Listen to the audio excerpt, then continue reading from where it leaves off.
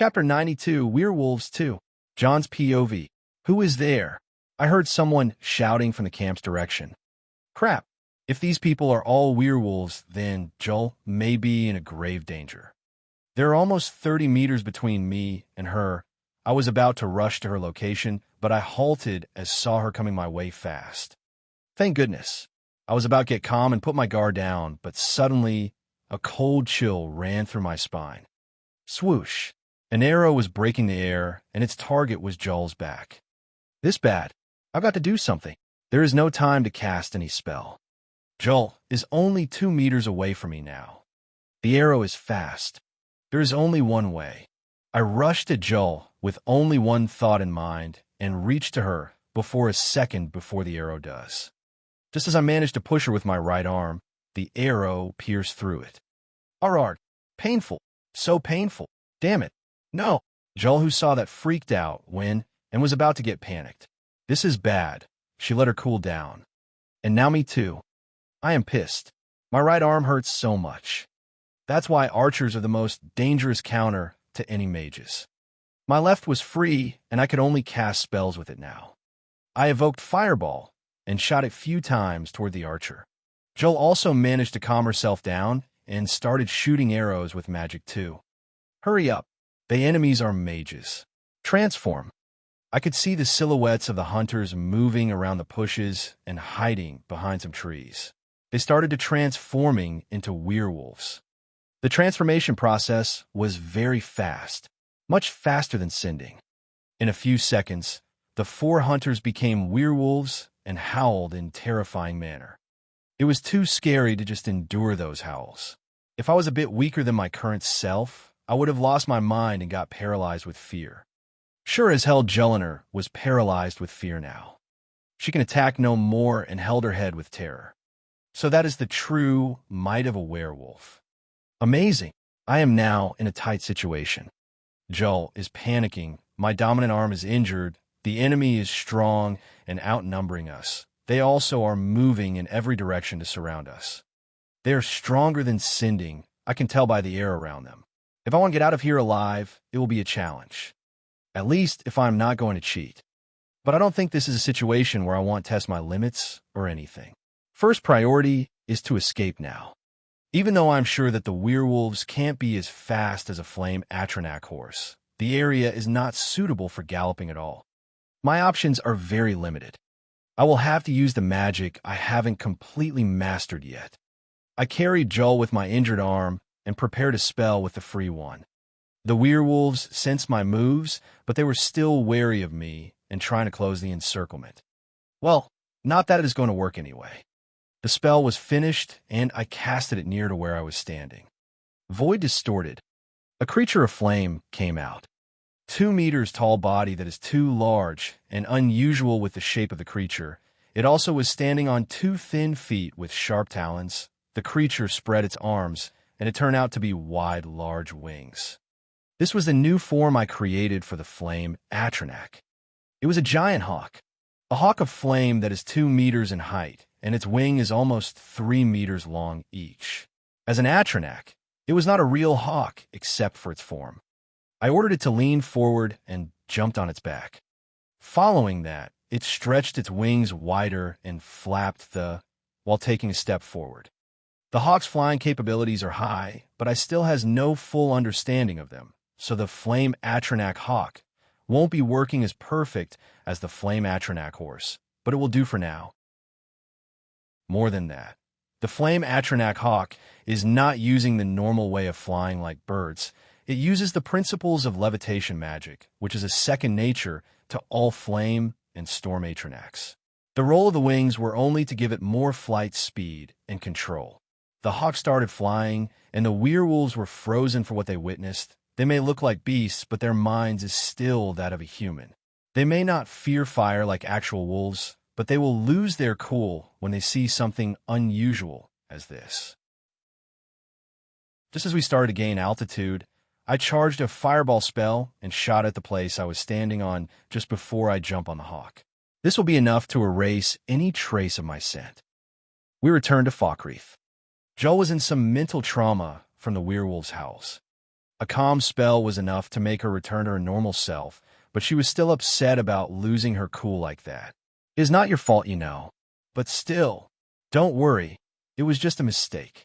We now know enough about them, and they can't come and attack us here.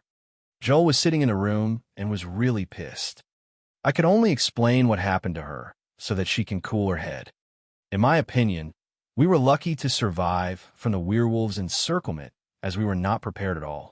I was really reckless to think that it would be easy to track that sort of monsters in their habitat. And it was a good idea to develop the flame Atronak hawk. If I didn't have it, I would have to fight 4 werewolves alone with Joel on a mental breakdown. Not that I can't fight the 4 alone, but I would have to suffer grave injuries, and there was no way to protect Joel around. The arrow in my arm hurt like hell as its head was some sort of special arrowhead to bring down big animals. It hurt, but I managed to take it out and heal the wound with magic. I now need a new plan. I'm not exactly after Herson's ring, but I am after the cursed version of it. I have my own reasons. Now I know where the ring is, and I need move after its own. What I need to do is to make a werewolf to steal it. As long as it gets stolen, Herson will curse the ring, and another reward will be available for retrieving it back to the Daedric Prince. That is the reward I am after. I still need to monitor Cracked Tusk Keep. It will be a good idea to go there tomorrow. The problem is Sinding and his pack will be alert to my movements now. They are after the ring too, but they will try to take it in the traditional way. I think it is by challenging the owner and taking it from their dead corpse or getting it passed down by the owner else it would be cursed. In the game, and 4 years from now, Sinding will have the cursed version of the ring, which means he will steal it or try and fail looking at how I interfered with the future so far. This is getting complicated, but all I need to do is to keep watching them. Sinding's POV. To think I was followed. And those people could sneak up on us to this close distance. Torkild and Rissing, as well as Ariana and Heritar, were trying to track those people down, but to no avail. It is a mystery how we couldn't sniff them back. The more to the mystery is that they could summon that flying firebird. In all my life, I have never seen anything like it. They were mages. I said my mind. No shit. Ariana was angry and wanted to let out her anger on someone. She was about to come and pick a fight with me, but Torkild stopped her. This is not the time, he said. Someone else is on our trail. We don't know who they are, but they are not simple. We were lucky to get to notice them this time. If they were to go away unnoticed, we wouldn't have known how it would have ended for us. And what do you think we should do, huh? Heritar was as angry as his sister Ariana. We can't track them down anymore, but it seems that the vigil that appeared in Falkreath that morning is one of those too. Right, Sinding? Torkild said. Yes, I replied. He is most certainly the tall one. I don't know what they are after, but they didn't seem to be trying to attack us. They may be after the ring too, but I didn't feel that any one of them was a werewolf to begin with. Maybe some treasure hunter. Torkild said. What is the point of knowing that? We just need to kill them as soon as possible. Ariana said. We may not be able to. They can use some strange magic, and they will get prepared to fight us the next time we meet. I can only think that they're staying in Falkreath, judging by the direction they flew to. Torkild explained. He sure know how to deal with this sort of situation. He is the pack leader anyway. It was also said that he belonged to some family that was blessed by Herson for many generations. More like cursed to me. The only thing we can do right now is to hasten our plan. We need to get the ring by force from those orcs. Torkild set the goal for the pack now. Doing this meant I can't return to the farm anymore. Why the hell did this happen to me from the beginning? I should have refused this curse and lived like a normal hunter. Now my life is ruined. No, there's a chance. I only need to get my hand on that ring and control this beast inside me for good. There's no way I can live like this anymore. Rissing, who remained in his beast form, was standing there silently until Torkild looked at him. Go sniff out the situation around Falkreath and Cracked Tusk Keep. We'll meet you at dawn near the road to the keep. It looked like the fight is happening sooner than I thought. Sinding, can you transform anytime soon? Torkild looked at me and asked. No, my body is barely moving like it used to be. I need few more days at least to transform again. This is the truth. Transformation is not something a new werewolf like me can do as these old ones. Then grab a weapon and get ready. At least you can do that, right? Ariana is still going on with bullying me again. I guess I need to listen this time around. I just need the ring, and that's all for it. John's POV. The next day came, and we are readying for round 2. Joel is preparing her arrows with all the hate in the world. I kind of don't want to anger her from now on. Nefertiti was staying with the innkeep all the day yesterday and got angry with me when I said I'll be leaving her again. Sigh.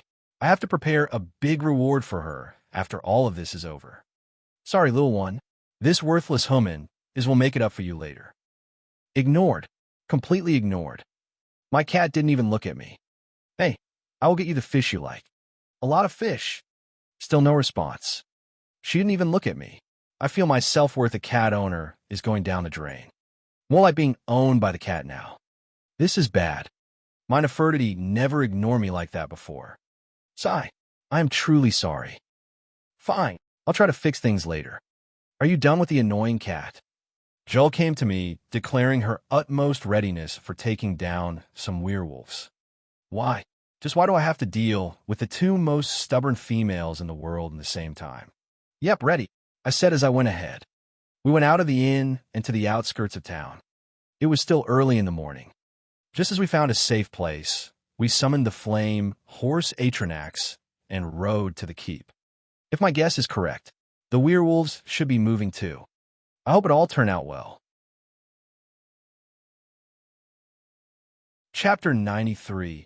The Battle of Crag-Tusk Keep 1. John's POV. The journey to Crag-Tusk Keep was not long. A flame horse Atronax is the fastest way to travel on land ever known in these parts, and I am proud to be the owner of the spell. Keeping the alarm and scan spells casted was already a second nature to me. Nothing could escape my detection now. Due to that, I managed to find one of the werewolves sniffing around Falkreath last night, then went in the direction of Crag-Tusk Keep. This meant that the werewolves wanted to move earlier than what they planned to. I need to arrive before them if they haven't arrived yet, and make the necessary preparations. I am carrying my Skyforge saber and 2 staves on my back. The first is the fire destruction staff I got from Hobbs Fall Cave, and the second is a staff I acquired lately, and it is a conjuration staff. The conjuration staff was something I bought from an Imperial battlemage station in Helgen, and it was one hell of a deal. The guy was only expert in destruction magic, and the staff did him no good, so I took it for a very good price. The staff has the ability to buff the control of the mage over the conjured creatures to another level. Thus, I'm going to rely on this staff in the coming fight if I got outnumbered. After some time of riding, we finally reached the place I planned observing things from. It was a place on top of a mountain slope northwest to the keep. I had previously made the system use some of my memories about the place to make a map of the terrain. Now let's see what we know. Crag-Tusk Keep is a fort located to the west of Falkreath. It is occupied by a group of orc bandits led by an orc called Gunzel. I don't remember him being a werewolf in the game though. The fort is named after the orcs who now reside there. It was an abandoned fort that has now become an orc stronghold and is now guarded by hostile orcs that will attack on sight. The keep was surrounded by the mountain range from the northwest and the west all the way to the southeast, with a wide path that leads to it from the northeast. From my vantage point, I can see that the grounds of the fort have the typical wooden palisade surrounding the keep. The guards are orc bandits, and they make good use of the many elevated positions around the keep. It can be infiltrated by using the keep's series of ramps and lookout platforms, approaching from the west and climbing up the rubble to the top. The keep's courtyard has several outbuildings designed for sustaining a small force. From left to right around the courtyard is a smokehouse with a variety of meats being cured and various animal pelts, a small rest area, and then the main door to the keep. Across from the door is the fully equipped smithy, complete with a forge, workbench, grindstone, and a tanning rack. Inside the smithy shed is a table with a selection of varied quality armors and weapons. There are 3 entrances into the keep. The first, and most direct, is the front door. The second is ideal for stealthy people, a door with a bit hard to unlock, directly south from the smithy and down a flight of stairs.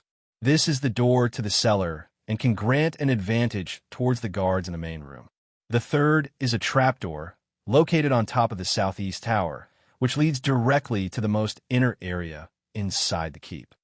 The fort may look damaged, but it will need a small force to force the way in through all those orcs. The number of the orcs itself has exceeded my expectation. I thought it would be something near to the number of cultists in Hobbs Fall Cave, but the number of the orcs here is around 100 orcs, all armed and alert. I was greatly taken aback by that. It's impossible for all of that number of orcs to be werewolves, maybe some of them, but certainly not all. There were males and females, which is rather unusual for an orc settlement. Orc males tend to leave the settlement when they reach a certain age and have no right to inherit the chief position unless they challenge the chief in combat and slay him, even if they were father and son. That's why most orc settlers should be females that serve that chief, the alpha male of the settlement. But to me, it looked like a combination of orc males and females, young and old. Interesting. I know that there is a certain treasure in the keep other than the ring, and I intend to steal it. Wait a minute. The ring and the treasure. It makes sense now.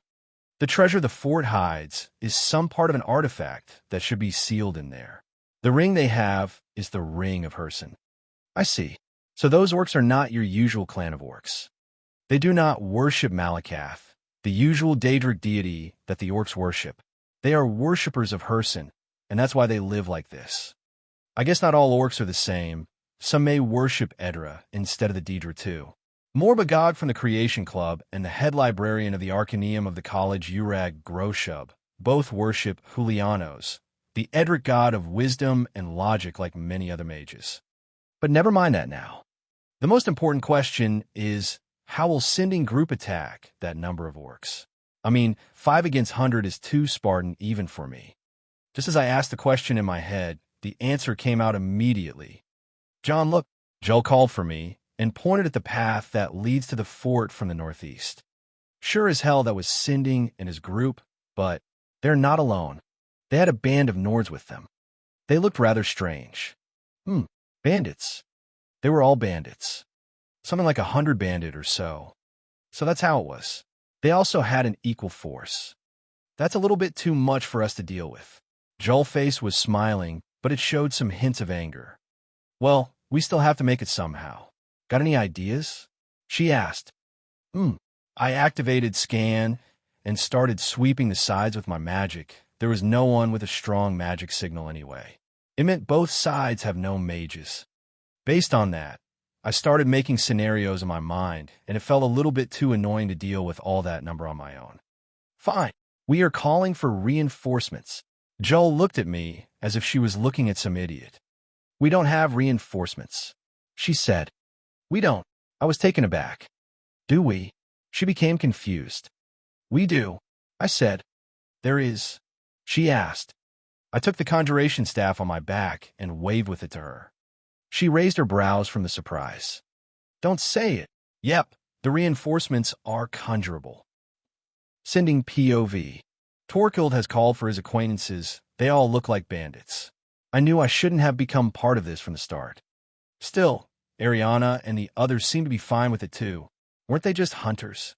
For what I overheard, Torkild's father seems to be someone with power and influence. But what kind of influence makes a man able to command all that number of bandits? Just what kind of situation did I get myself into? I only wanted to be a better huntsman, to hunt as the beasts do, not some bandit. What should I do now? Rissing was still in his werewolf form from last night's encounter with the mages. How can he endure it that much? The strange thing is the bandits who came barely reacted to him. Does seeing a werewolf can be something that usual to them? Listen, men. Torkild raised his voice and started talking. Those filthy orcs possess something that does not belong to them. It is a treasure that was passed down from Lord Herson to his chosen ones. We are to retrieve that ring no matter what. Prove your worth in battle, and all the treasures in this fort will belong to you. Yeah. Kill them all. Kill. Kill. Kill. This is madness. Why am I going to participate in a skirmish like this? Sinding, I am leaving the archers to you. Torkild turned to me and said, Damn, I'm too deep in this now. Fine. What do you want me to do? I had no choice but to comply. Go to the south with 30 men, take down anyone on the south tower in the courtyard. Once we break the gate open, join the attack with the men. Easy, I'll do it, I said. Actually, I was afraid of joining the fight head-on without transforming, but it will be safer that way. Still, I felt somehow uneasy. That mage from yesterday is still in my head. I commanded the men and took the high ground on the south. The orcs tried to shoot us, but we were already prepared to fend off the arrows with our shields. Torkild, Ariana, and Heritar started transforming into werewolves and joined Rissing. Their howls marked the start of the skirmish. I spotted some orcs on the tower and gave the order to shoot them down. They also started shooting at us, but it was rather not that threatening for both sides. Almost an hour passed. No sign of our force breaking into the keep anytime soon. The moment they move forward, they face a volley of arrows and stones from the keep. Only around 7 died on both sides with some injured people, but it seemed that it will take some more time. I was too focused on the keep that I didn't realize something was going on in the north. The moment someone pointed it out, I noticed a strange light coming from the slope to the north. It seemed like fire. I suddenly saw something terrifying. I realized what it was. Retreat. Tell Torkild to retreat.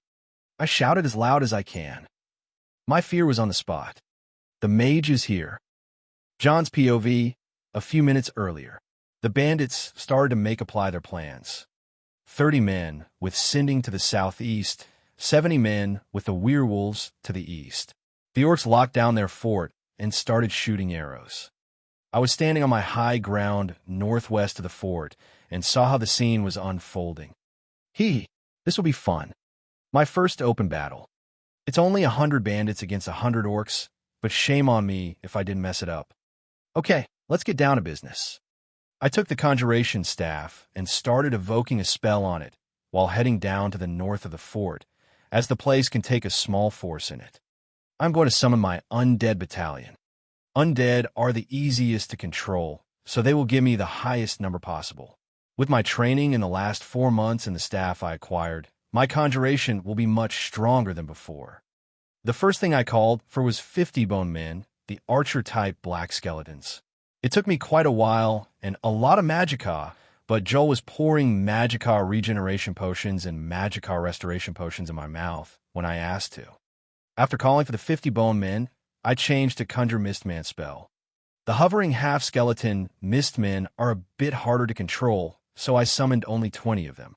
The last spell was Conjure Wrathman spell, a spell that I took from Nurina and started studying during the journey. Wrathmen are armored skeletal undead found in the Soul Cairn. Compared to the other Soul Cairn undead, such as the Bone Men and Mistmen, Wrathmen are much more warrior-like, wearing ancient-looking armor and wielding two-handed weapons. A pick http://images. USP. net//a/a3/SR creature Wrathman. JPG. The amount I could conjure of that kind of undead was not that high, was only 10, but they're very powerful. 10 Wrathmen heavy infantry, 20 Mistmen frost magic casters, and 50 bone men archers. Now that's what I call a formation. Joel, take the staff from me. I handed the staff to Joel. Giving her that staff meant giving her the power to use the spell under my control. It also meant she is commanding 80 undead creature now. We made a hasty formation with the undead, and everything was in place right to the north of the fort. No one could see us here. The last thing I have in mind was how to make an entrance. I ran back to the high ground in the northwest and took the fire magic staff. Now, let's get this party started. Meteor. A pick for the battle plan, https://ibb co/J3P6SK. Chapter 94, The Battle of Cracked Tusk Keep 2.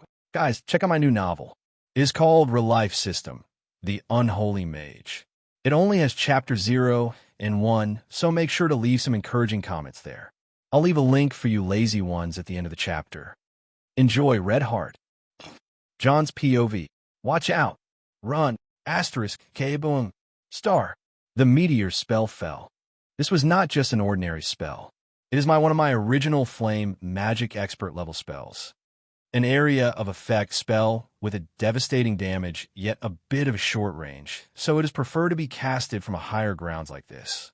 Unlike an overcharged fireball spell, this spell was designed to make a massive and wide blast damage alongside the magical damage, with a large diameter and unstoppable momentum. My target was the gate of the fort at the moment when the two forces of the bandits and the orcs start clashing with each other. Just as the meteor landed, a strong explosion sounded, followed by a cloud of dust that covered all the scenery. I was watching from my vantage points how the scene unfolded. It was a mess, a bloody mess. I nearly killed 1/3 of the bandits and all the orcs that were guarding the gate, along with blowing off the gate. Those who survived were staggering and wailing. The scene was too horrific, to be frank. I never would have imagined people would be so fragile like that. But it is for everyone's best interest to kill bandits. Bandits are already less than humans in my opinion, and I should not be merciful with that kind of lowlives. Joel to the south. Arrows.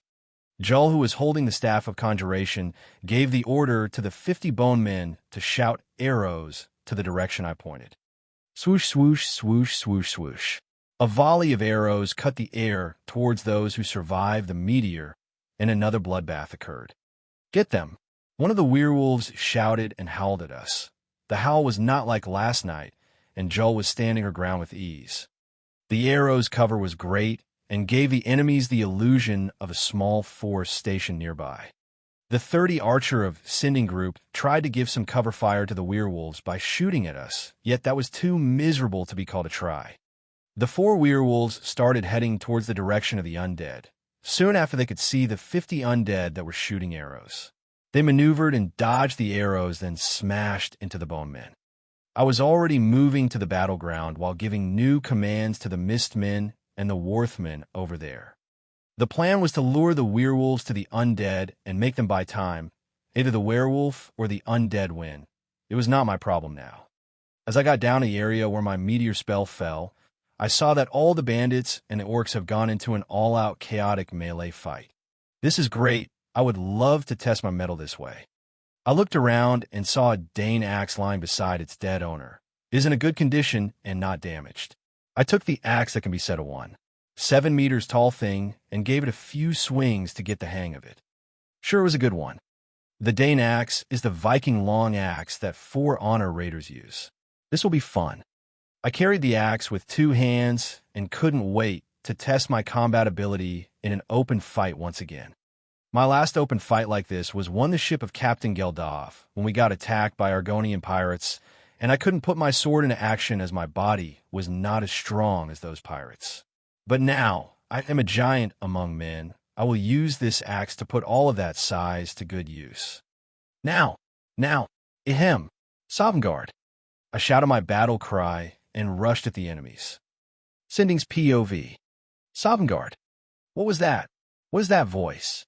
The men are throwing their weapons from and screaming just from hearing it. I'm frozen by it too. Something is wrong.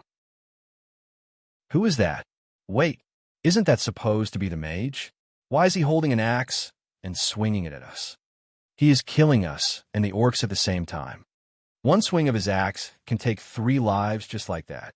Who is? What oblivion is going on? I can't see this. This is madness. We're all going to die on his hand. Asterisk Cole.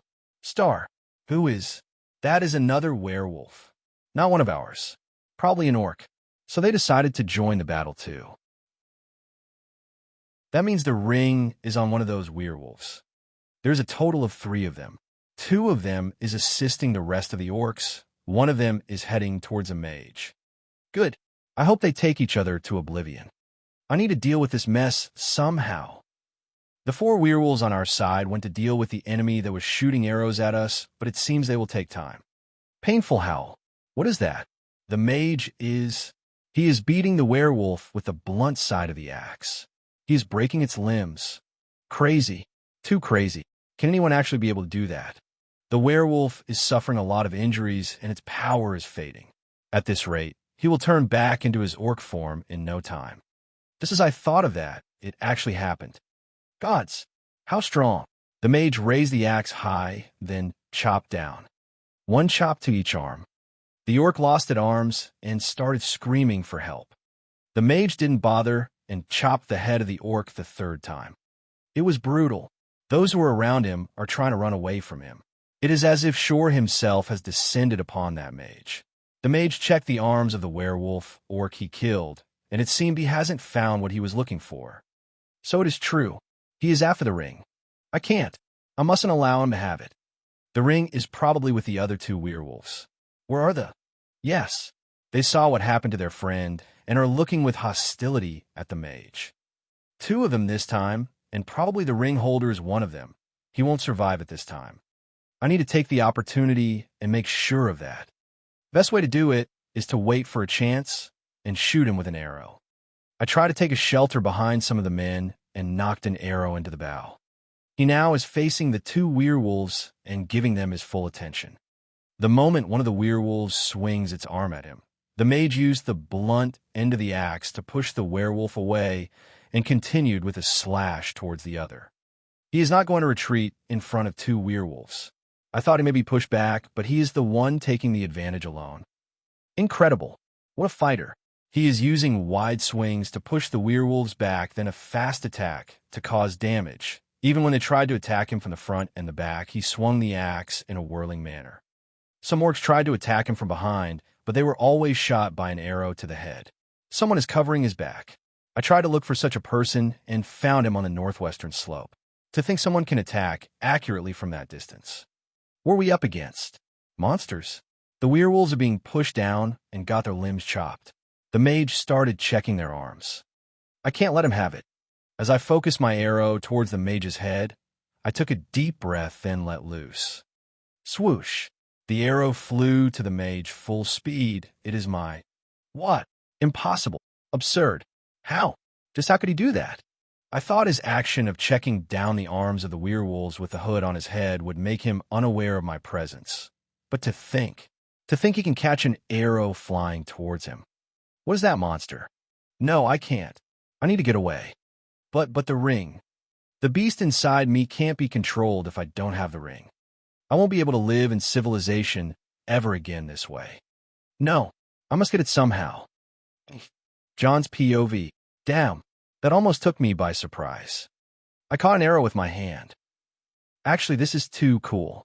I never knew adrenaline could help me do that. Anyway, I killed the orc werewolves, but I was about to get hit by an arrow. Lucky me, I guess. Oh, by the way, I found an ivory ring with a beast's head on one of the last two werewolves I killed and took it.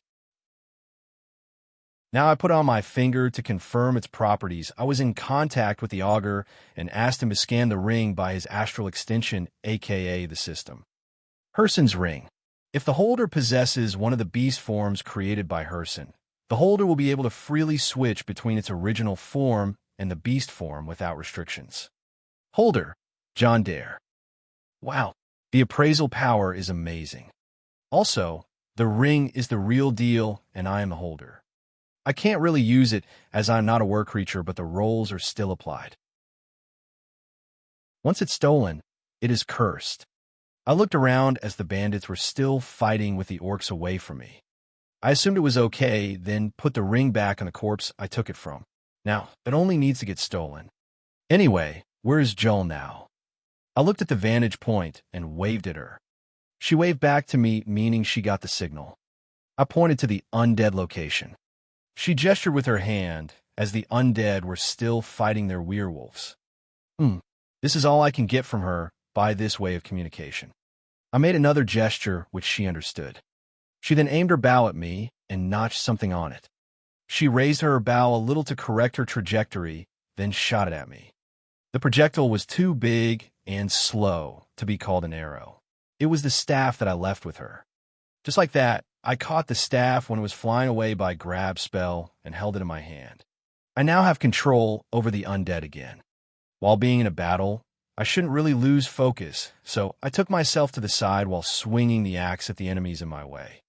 Just as it was safe, I let my magicka seep into the staff and got to see through the eyes of my undead. Their number was reduced from 10 to 7 Worthmen, 20 to 11 Mistmen, and 50 to 13 Bonemen. The original plan was to hide the powerful Worthmen and Mistmen between the weak Bone Men, and when a powerful enemy attacks, they get decimated by the hidden powerful undead. The sharp decrease in number was due to the werewolves' charge, but the Worthmen took care of everything now. From what I could see, 3 werewolves were already down, and 1 was desperately fighting. Good. I still need that one, so I'm calling the undead here. I will make them cover the eastern area to prevent anyone from escaping. I also started to summon some more Wrathmen to add to the power. The last werewolf was confused when the undead stopped their attacks when they were about to hit him and moved away. Anyway, there is no time for that. Now, I need a werewolf to steal the ring. The only 2 available are Sinding and that other werewolf. After checking around for a while, I hid myself to get a better look at the battle. More than half of the enemies were already dead. Some started to run away, but my undead were onto them. It was a desperate fight for a while until the last werewolf returned. He looked around, then spotted the dead werewolves I killed. Just as he saw them, he ran on all 4s and pushed the evaded the enemies on the way. He then started checking the corpses of the werewolves and found the ring. I could already see how he was excited when he saw the ring, but he didn't dare to put it on. Boring. He seems to be knowledgeable about the curse. I went out of my hiding and charged at him. He saw me coming and tried to prepare, but I casted a fireball at him that pushed him by its blast, then I chopped down at his head, taking his life. Sinding was not nearby, as he was dealing with the undead that attacked from behind. I'll call them off. I headed to the fort's direction and signaled for Joel to come. She went down and ran to me. See, that's Sinding. Make sure he gets the ring. Yes, she was determined as I am. After that, I started to cast Banish on my undead to send them away. That would make Sinding more willing to come back for the ring. But I still have another task in mind.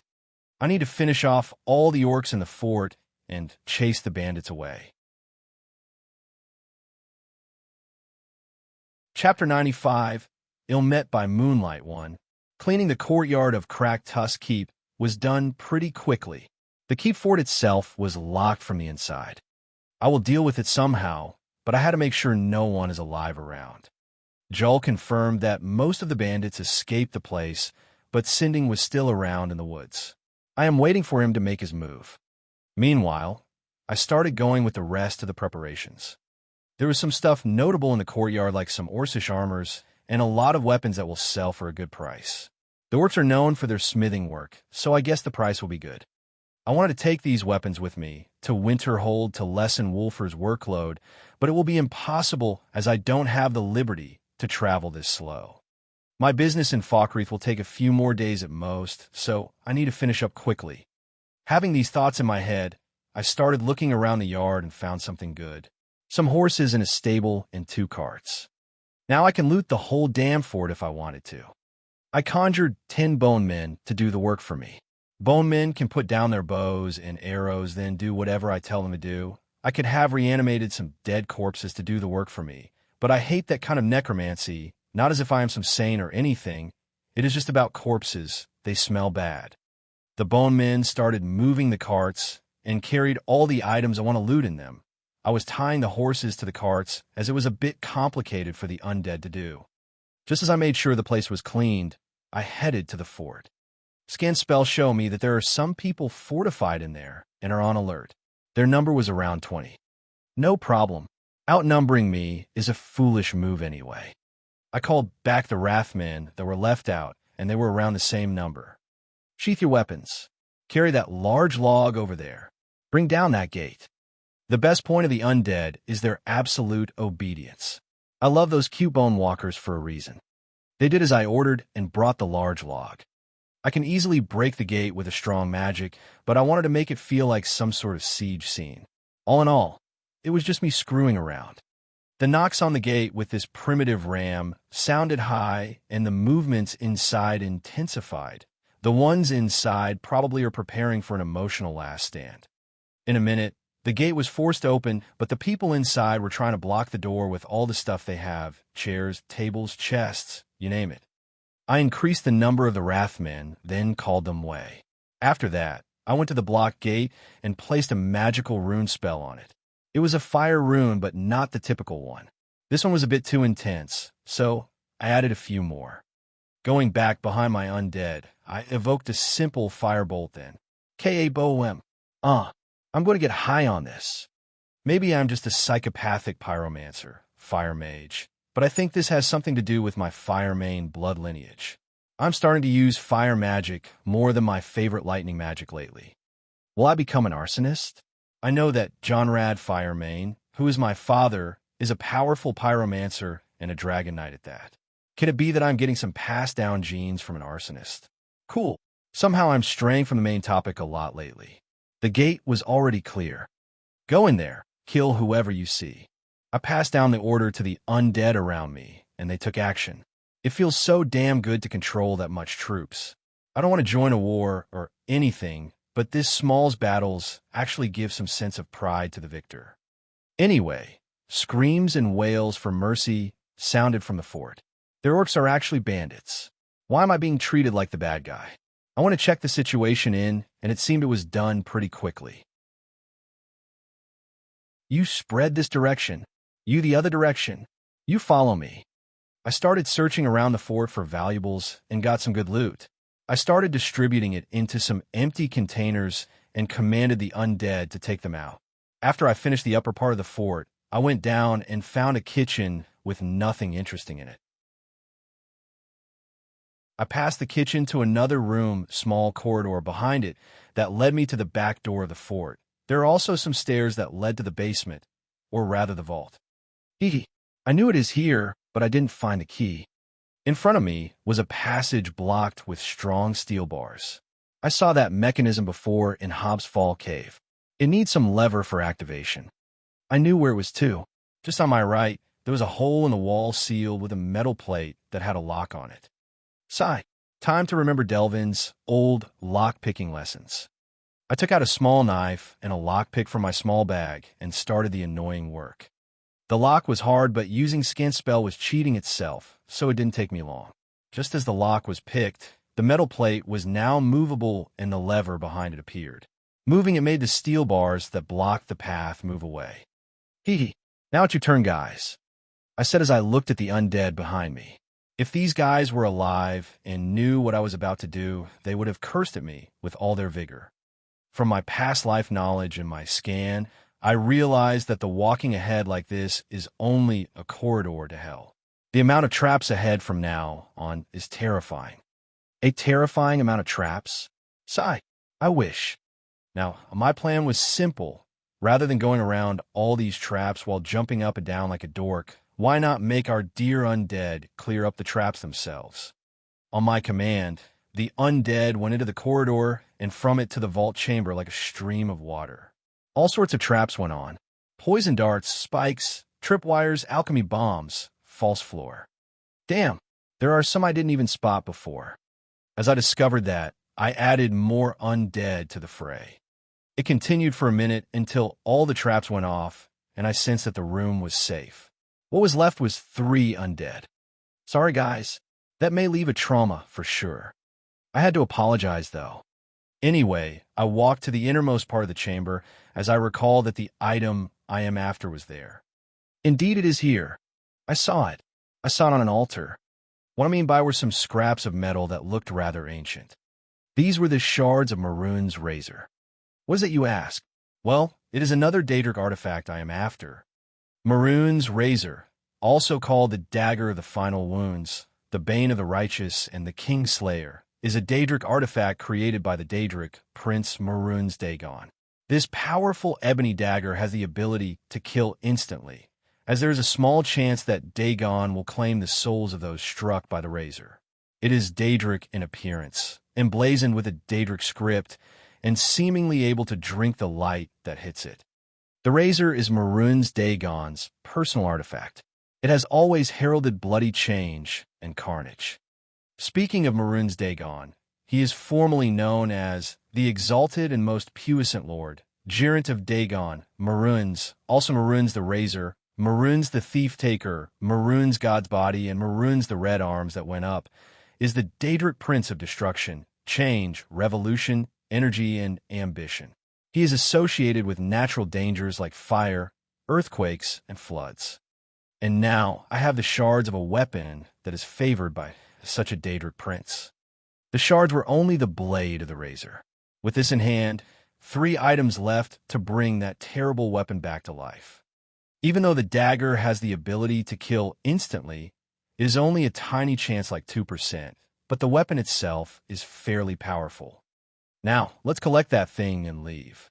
I still have more important matters to attend to. Just as I got out, I banished the undead after they loaded the 2 carts with all sorts of loot I found in there. I wasn't ready to move yet, as I still have the matter about the ring. I hope Sinding is not a coward and ran away long ago. Just as I left the fort, I looked around and saw the figure of Jelinar waving for me. I approached her, and she came from her hiding spot. He came and took it. Did he put on? Yes. The moment he did, he started turning into a werewolf. Did you know this would happen? Kinda. He seemed desperate to me. Where is he now? Over there. He seemed a bit in a daze after he turned again. Of course, he should be. He took the ring to control his transformation, but instead, he transformed once he took it. I followed the trail of tracks to the woods nearby and found a werewolf hitting the trunk of a tree. I see. Give it back, I said. He turned around to look for me. He was angry, but he could do nothing. Go away. He picked a stone from the ground and threw it at me. His voice was a bit funny in that wolf form of his. Give it back, or else. I warned once again. Gah! Sinding lost his temper and attacked me. Fast, powerful, but still not enough. Die! Roar! Gah! Swing after swing, charge after charge. He already was losing his stamina too fast. This meant he will turn human soon. He tried to attack me with everything he got, but I evaded and jumped behind him and gave him a hug from the back. Nothing romantic here. Just endure this if you can. I carried Sinding and took him down by a suplex. GAH. Not human yet. I guess we will keep going. I took him another suplex, then another one, then another one. Every time he fell, he was groaning from pain. Suplex City is Skyrim. After 7 suplexes, Sinding was too tired to continue and changed into human slowly. I took my saber and pointed it to his neck. The ring, I said with cold eyes. Sinding was huffing for breath and squirming from pain. He looked at me with eyes full of hate. Take it. He threw the ring at my face. May it bring upon you 1,000 curse. Thanks. Let's go.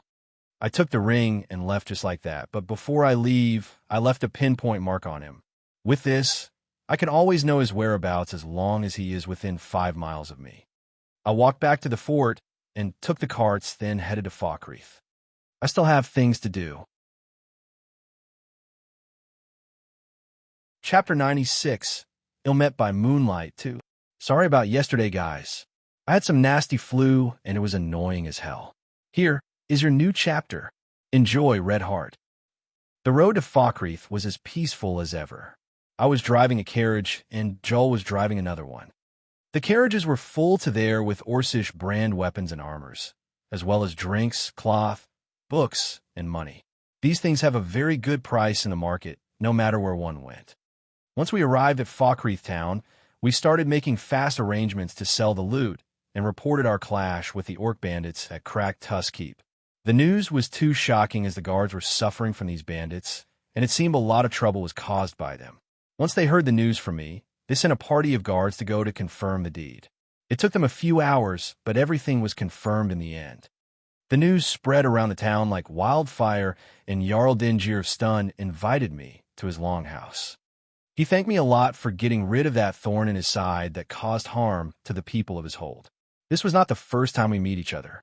We shook hands before when I was participating at the tournament of the High King, and he invited me to his hold. I noticed that he has an annoying personality that is obsessed with conspiracy theories, as he trusted no one at all. Let's just say that I managed to get on his good side, as he wanted to make me stay in his hold as a thane and promised he would help me gain some merits in the hold, but I had to decline that one. It has not been official for me yet, so I kept saying that I am on a training journey and so on. After he accepted to let go of me, I headed back to the inn and ate a good meal. Nefertiti was still angry at me and didn't even reply to me. She kept looking away every time I tried to talk to her. I was a bit sad, but it seemed that I am going to take her with me tomorrow no matter what. It will not be anything dangerous, and I will be the one doing all the work, so Joel can take care of her while we are walking in the forest. This left me with one last thing in mind: how to contact Herson. I know how, but I don't think I know where the mean to communicate him is. In the game, the player had to kill a certain beast to commune with the Lord of the Hunt. Beast. I killed bears and trolls before, but Herson won't appear with just that. Now that I think about it, when we were coming from Helgen to Falkreath, there was a certain beast that appeared and drove away the wolves in the area out of their habitat. That beast may fit the conditions. I went to the inn's hall and talked with some hunters about the beast. Apparently, they have this rumor about the beast that is protecting the deer and the elks in the forest from the wolves and the hunters. Many search parties were dispatched to get in touch with this beast, or even hunt it down, but it was mostly useless. This made me consider my opinion even more. Maybe this beast is exactly what I am looking for. I had to sleep early that night to have an early start tomorrow. An early star is planned. Good morning, Skyrim. Another one of those chilly mornings of Evening Star. December. The weather is cold and dry. The snow finally started to fall, and the winds are carrying the chilliness of Jarrow Mountains. In this morning, we had a fancy breakfast and a fast preparing. I was given a permit to hunt in the woods of Falkreath to not be considered poacher. Poaching is a serious crime in Falkreath as a town of many hunters. As we got out of the inn, we saw a lot of snow. In the game, the snow never appeared in Falkreath, but in winter, every inch in Skyrim gets buried under snow. Still, it is better here than the other places in the north. I can't imagine how Winterhold looks like by now. I took both Jelinar and Nefertiti, then headed to the southeast of Falkreath, the place where the wolves' abnormalities happened. In a way, we met a lot of hungry wolves, but I was not fond of killing them. Wolves are the symbol of Sai, a minor deity of luck. It is a tradition in Skyrim to not kill wolves unless it is very necessary, as Sai always took the form of a wolf. Sai was considered a benefactor to Skyrim, even though he was not part of the Pantheon, but it was said that because he settled in Skyrim and married there, he spread a lot of good luck around himself to the point that Skyrim managed to drive out all of the Falmer, snow elves, and conquer both High Rock and Morrowind because of his very existence in its land, until, of course, when he was forced by the other gods like Mara and Ebenarm to leave. Anyway, from this story, Nords tend to not harm wolves as much as possible. That is why I also kept using my aura to frighten them away. I kept using the skin spell to search the forest for an abnormal stag, but the forest was too large to cover with scan that fast. I try to focus on the trails of the deer to find the biggest herd of deer around, and that is how I found it. The great beast I was after turned out to be a beautiful white stag. It was standing proudly between a small herd of deer and making stag howls. It has some unusually big and sharp antlers that looked really deadly to clash with and were somehow really beautiful. "Are we hunting that?" Joel asked. "You are not. Only I will do the hunting. Just make sure to follow around and watch over Nefertiti." Nefertiti was in a good mood since the start of the day, as I finally agreed to take her out with us. She was being held by Joel and was waving her tail left and right while curiously looking at everything. Anyway, I kept watching the white stag and tried to close on it. It was a bit hard to sneak on a herd of deer, as once I get seen, the whole herd will run everywhere. Also, this stag seems to be a strong creature that likes to defend its herd. I have already cast a bound bow and was trying to get a clean shot on the stag. Suddenly, the wind blew behind of me. Crap! The deer all looked at my direction. Sure as hell the wind carried my scent, and they noticed me. I let loose of the arrow on a hurry, yet the white stag just evaded it like nothing. Interesting. The deer started to run everywhere, and the white stag chose a different direction than all of them. Smart beast. It realized I was after itself, so it chose to take me away from its herd. I stood up from my position and started following it in the woods. Joel and Nefertiti were right after me. The white stag kept running nimbly between the trees, which forced me to cast hasten. I had to catch up to its speed somehow. It seems that the stag was trying to go somewhere in the south. For some reason, I felt uneasy and tried to shoot it many times, but it was hard to aim at a running target between all these trees. It started to take turns at some places, as it apparently was trying to hide. The stag is very intelligent, but whatever it can't escape my detection magic. It came behind some rook and suddenly stopped. I didn't know what happened, so I thought it got stuck into something. Just as I was about to close on it, I saw the stag turning around and lowering its head. I suddenly felt uneasy. This stag was counterattacking. This was its plan from the start. Take me away from the herd, affect my stamina by running around for a long time, then attack me. It sure is a nice plan. If only it was against an ordinary hunter. Joel, it's charging at us. Dodge! I shouted and jumped out from the way as the stag started its charge. I realized now that these antlers or the stag were stained by many spotted marks of blood. This is what I call a killer deer. The stag's charges did not stop. It would take distance and start attacking once again.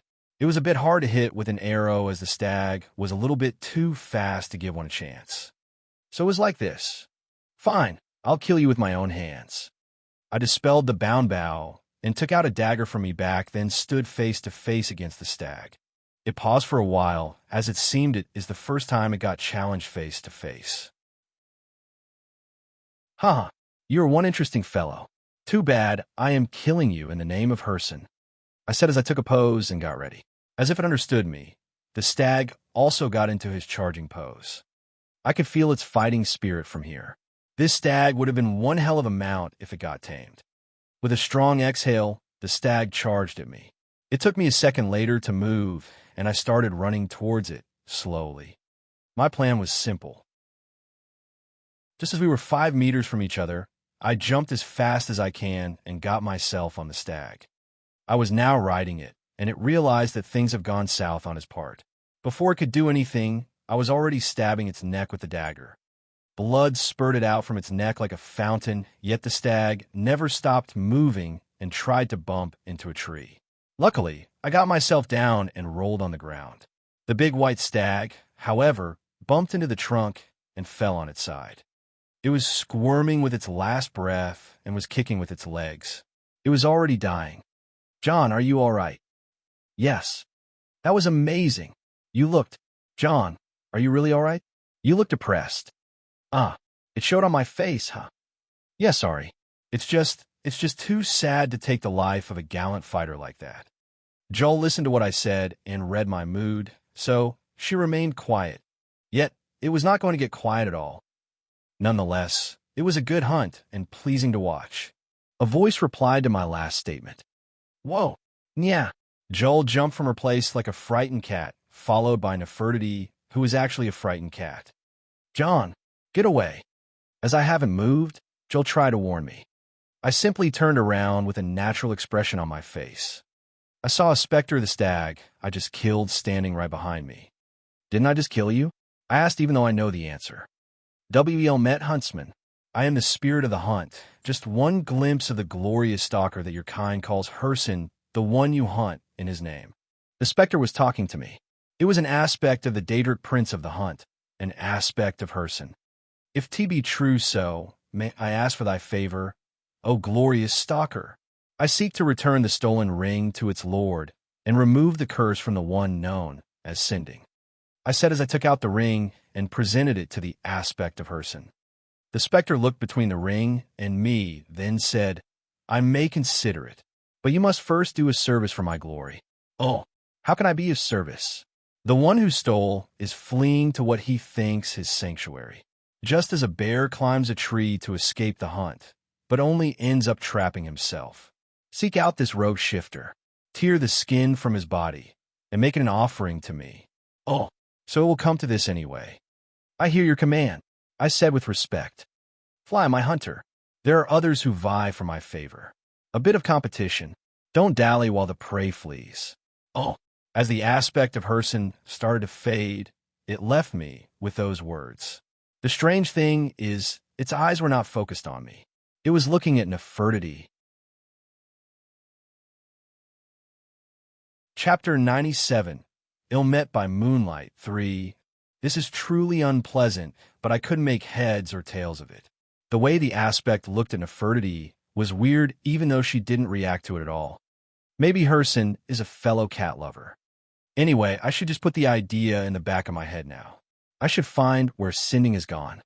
In the game, after the player takes the ring back from Sinding and offers it to Herson, Sinding would escape to a cave called Bloated Man's Grotto. Bloated Man's Grotto is a small cave which leads to a vast glade. There, Sinding will be hunted. As the aspect told me, there will be more competitors for Herson's favor.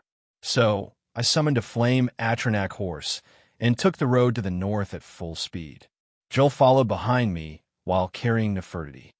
Bloated Man's Grotto is located outside the hold of Falkreath and can be accessed only through the Whiterun hold. This made my day even harder. If my calculations are correct, I will reach the cave by sunset. Now it's still not noon yet. I was hoping to find Sinding before he gets to the cave, but it was surely just some wishful thinking. The werewolf must have traveled all night till there. I sure arrived at sunset. It was a horrible long ride. Even though the road was straight and open, we bumped into some travelers who lost their marbles when they saw the flaming horse and its ghost rider. Me? Ghost rider? I am 60 times sexier. Sigh. Anyway, the path leading to the entrance of the cave was marked by a pile of stones with human bones and a skull lying on them. It sure looked dangerous, but we stopped to rest there before we go in. Joel dismounted her horse and sat on the ground. "Are you all right?" I asked. "My butt hurts. My back hurts. My neck hurts. My head hurts. Everything hurts," she said. Probably the high-speed non-stop ride was too much for her to handle.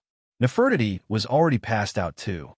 "Okay, you can rest a bit, but there's no time to laze around, ladies. We have an innocent werewolf to slay."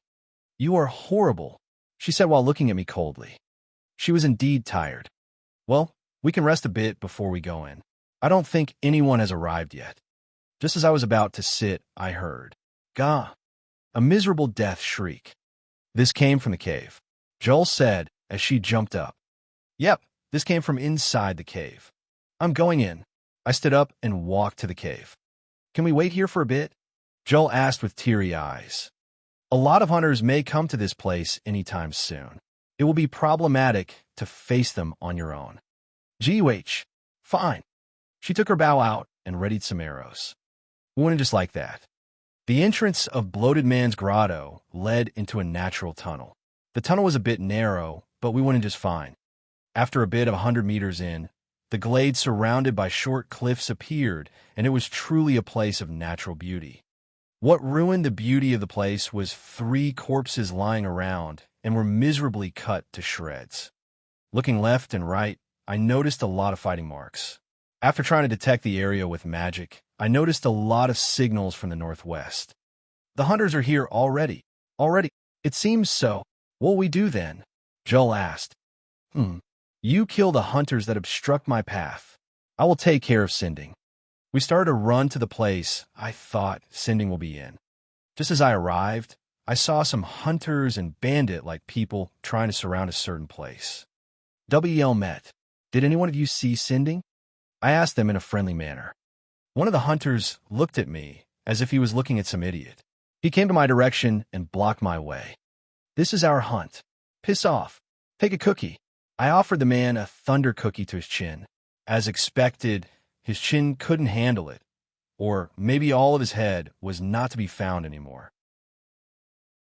Poor thing. "What? No." The other hunters were frightened and tried to do anything, but Joel was already killing them. "I think we are a good team. I kill, she kills, they get killed." "Sinding, I came to see you, buddy. Come out, wherever you are." "It's you." Sinding was in his werewolf form and appeared to be really pissed at me. He was stained with blood, as it seemed he has killed a lot of enemies. "Ready for round 2? I asked with a grin. "I can't help but be the bad guy here. I can't stop you if that's what you want to do."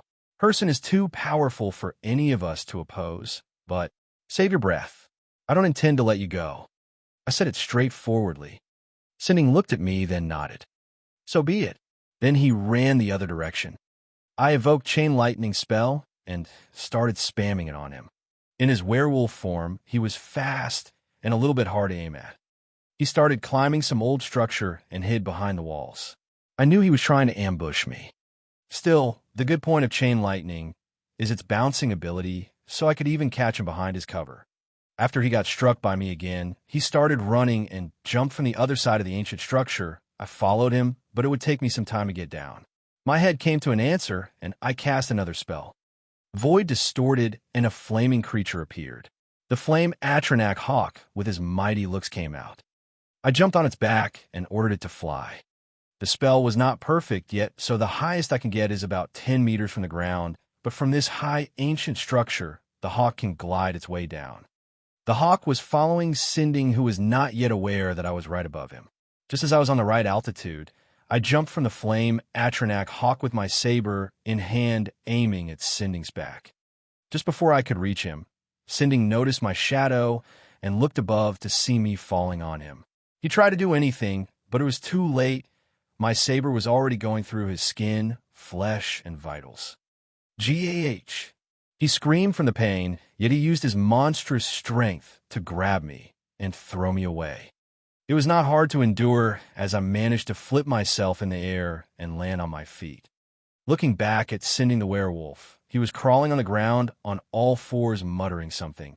Then he breathed out his last breath out. That was not hard. Joel, I am done here. I yelled to Joel. Me too. I am coming. She killed all of them. Impressive. Joel came down and looked a bit excited. What happened? No, I was just killing people a lot these days, so it felt fun. This. Sigh. Anyway, hand me the skinning knife. Joel took out the knife. It has a wide and short blade that is specialized in skinning animals. Dismantling was something I learned from my teacher in Riften, so it was not that hard for me. But it is my first time skinning a werewolf, and it was troublesome, but I managed to take most of the hide.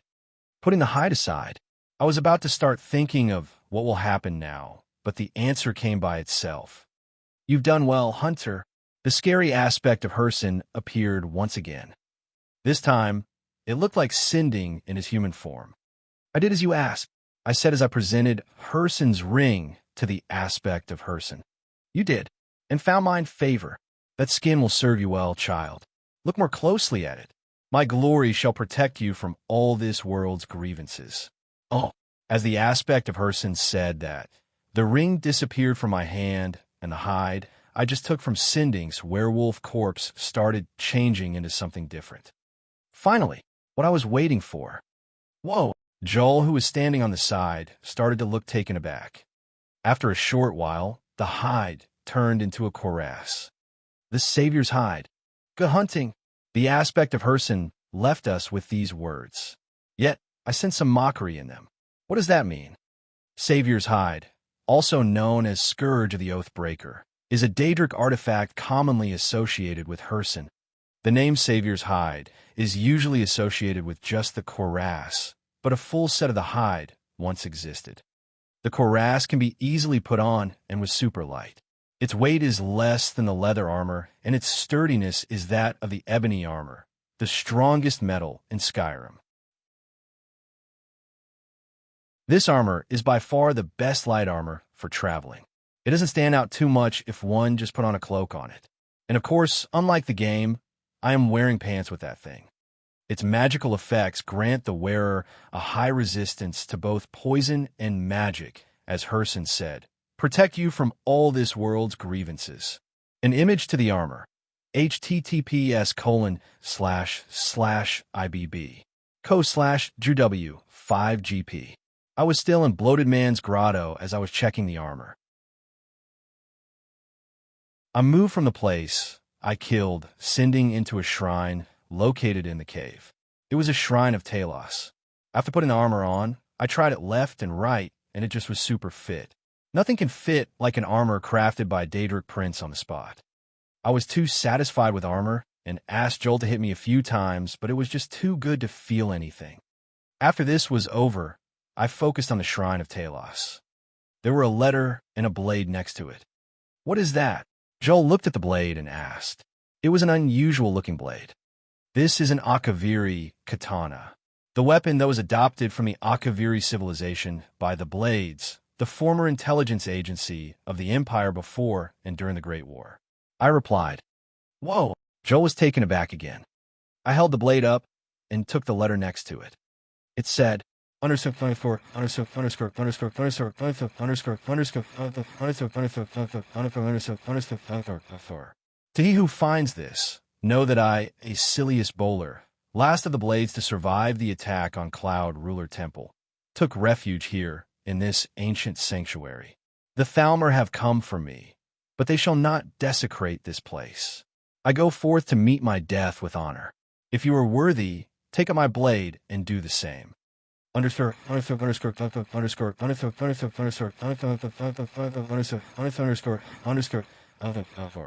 Sigh. Rest in peace. If I manage to meet up with any of the Blades, I shall return this katana to them. I know some other than my own father, so I will try to pass on the memory of that man, a silliest bowler. This katana was known in the game as the bowler's oath blade.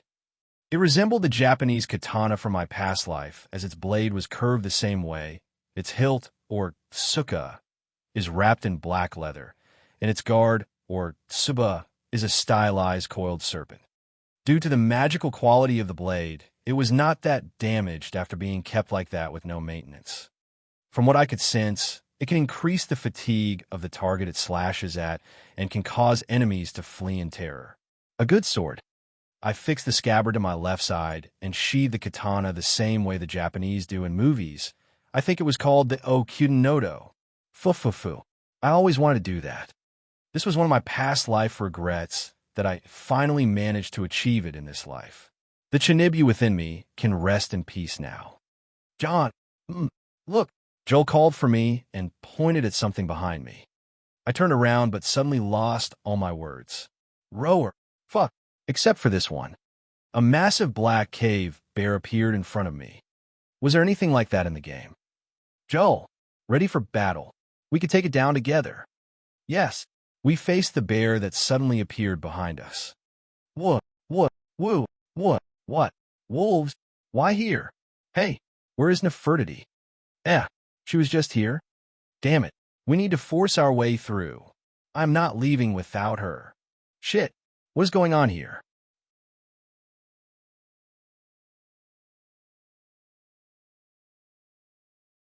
Chapter 98, Ill Met by Moonlight 4. Someone said in the last chapter comments that Nefertiti became somewhat absent. Well, here you go, Jimmy. This is an 80% Nefertiti POV chapter. Enjoy, Red Heart. Nefertiti's POV. Human, what are you doing, Naya? Sorry, Nefertiti. Just wait here. Human carried Meow and put Meow on the ground. Human always busy. Human and stupid Human always talking about something and hit other strange Humans. Then go do strange things and talk with a strange big ghost. Stupid Human equals Jelliner. Ghost is too scary. Looks like deer, then looks like Human. Strange. Human always likes strange things. Human rides Bad Fire Horse. Bad Fire Horse runs too fast. It makes Meow want you sleep, but can you sleep? But my Human is fine. He cares in the end about Meow so much. But why is he playing with a strange stick? Humans like to hit each other with many strange sticks. Meow need Naya's sticks. Meow has powerful paws and wonderful claws. Poor Humans have Naya paws or claws.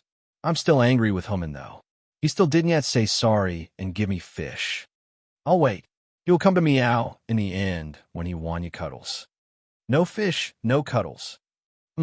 What is that? Butterfly. Human likes butterflies. I catch one for Human. He will leave stupid Human. Here I go. I jump after butterfly, but it was far. I fell Naya. Stupid Human Naya see Meow? Good. Human says meows are good hunters. I should be like others meows and hunt butterfly for Human. Naya, I don't yet care about Human. I just want you to hunt like meows. I run after butterfly. Again, Naya.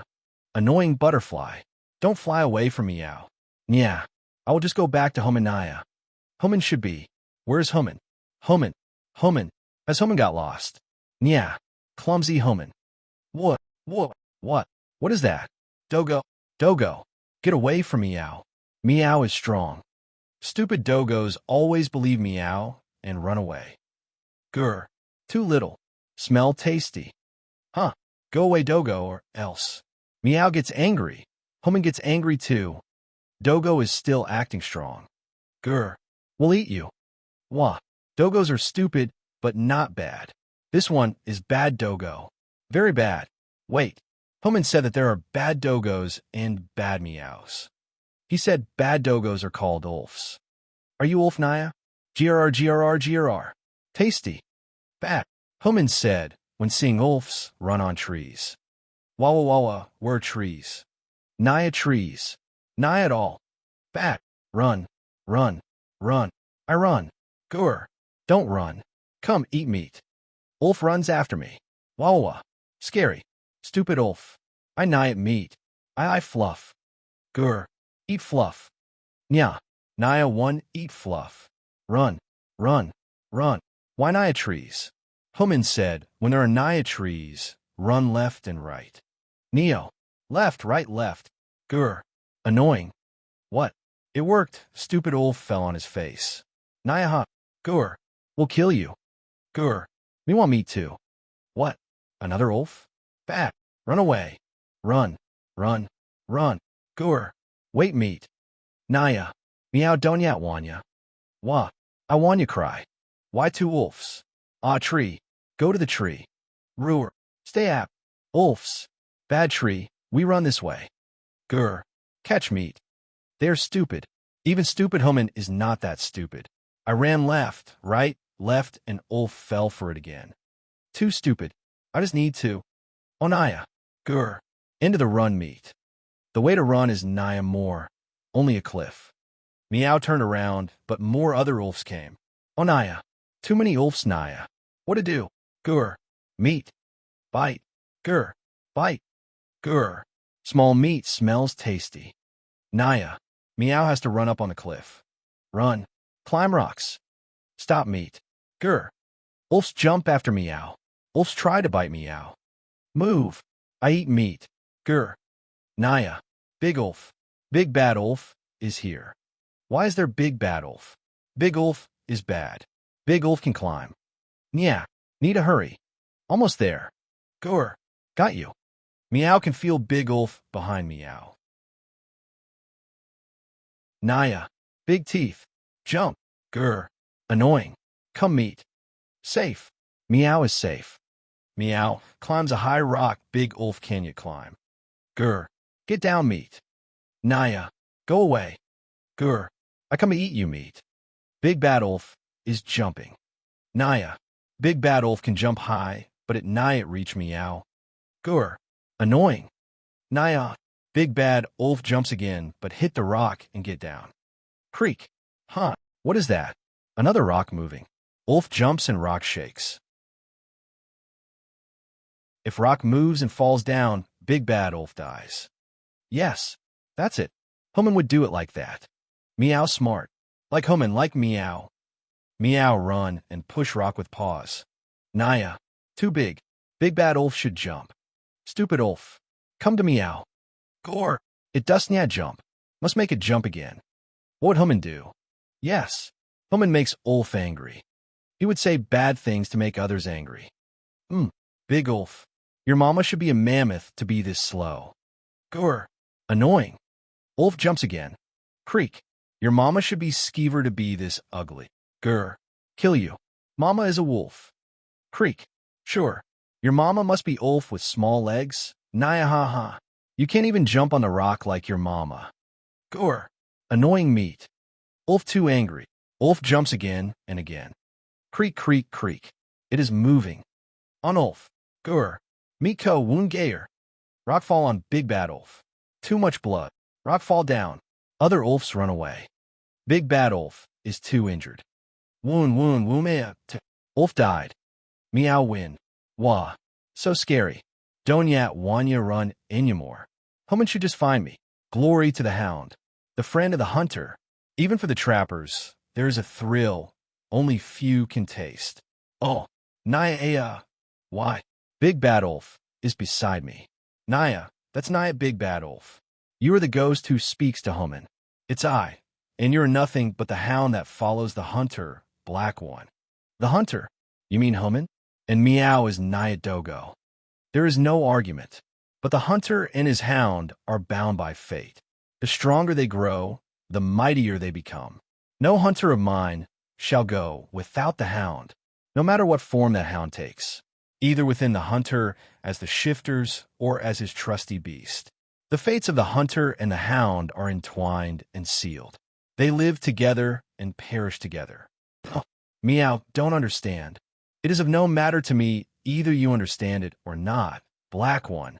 Know that the hunter you follow favors no beast but you, and you should not be worthy of a mighty hunter like that. But strangely enough, you are. Oh, what is that ghost wolf saying? The fate of the eldest one is guiding that hunter to a glorious hunt that I can't foresee. That's why I wish to witness the glory of the hunt that's yet to come. But that hunter can never be my champion. He can't be anyone's champion, as he is already the champion of the eldest one. Thus, you Black One, the hound, shall be my champion. Oh, Naya, leave Meow alone. The ghost wolf walks near Meow. Meow goes back, but light comes out of ghost wolf. I know that. The ring Human gave to the ghost man. It is a loss, but a cheap price to pay. Another one shall be made, but this one is for you, my champion. Oh, the ring flies up and shakes. It breaks. Why break the ring? Whoa, another light. Why too much big light? Naya, get away, light. Don't come near Meow. It is done. Good luck in the coming hunt, Black One. Bring glory to my name, champion. Oh, light goes in Meow. Why? Scary. Go out. Ghost wolf is coming this way. Huh. Wah. I'm falling. Wah wah wah wah wah. I can't yet stop, sliding all the way down again. No. Many wolves are there. Ouch. I fell. Meow hurt. Meow. Meow is sad. Meow is alone. Wolves. Wolves are coming. Naya.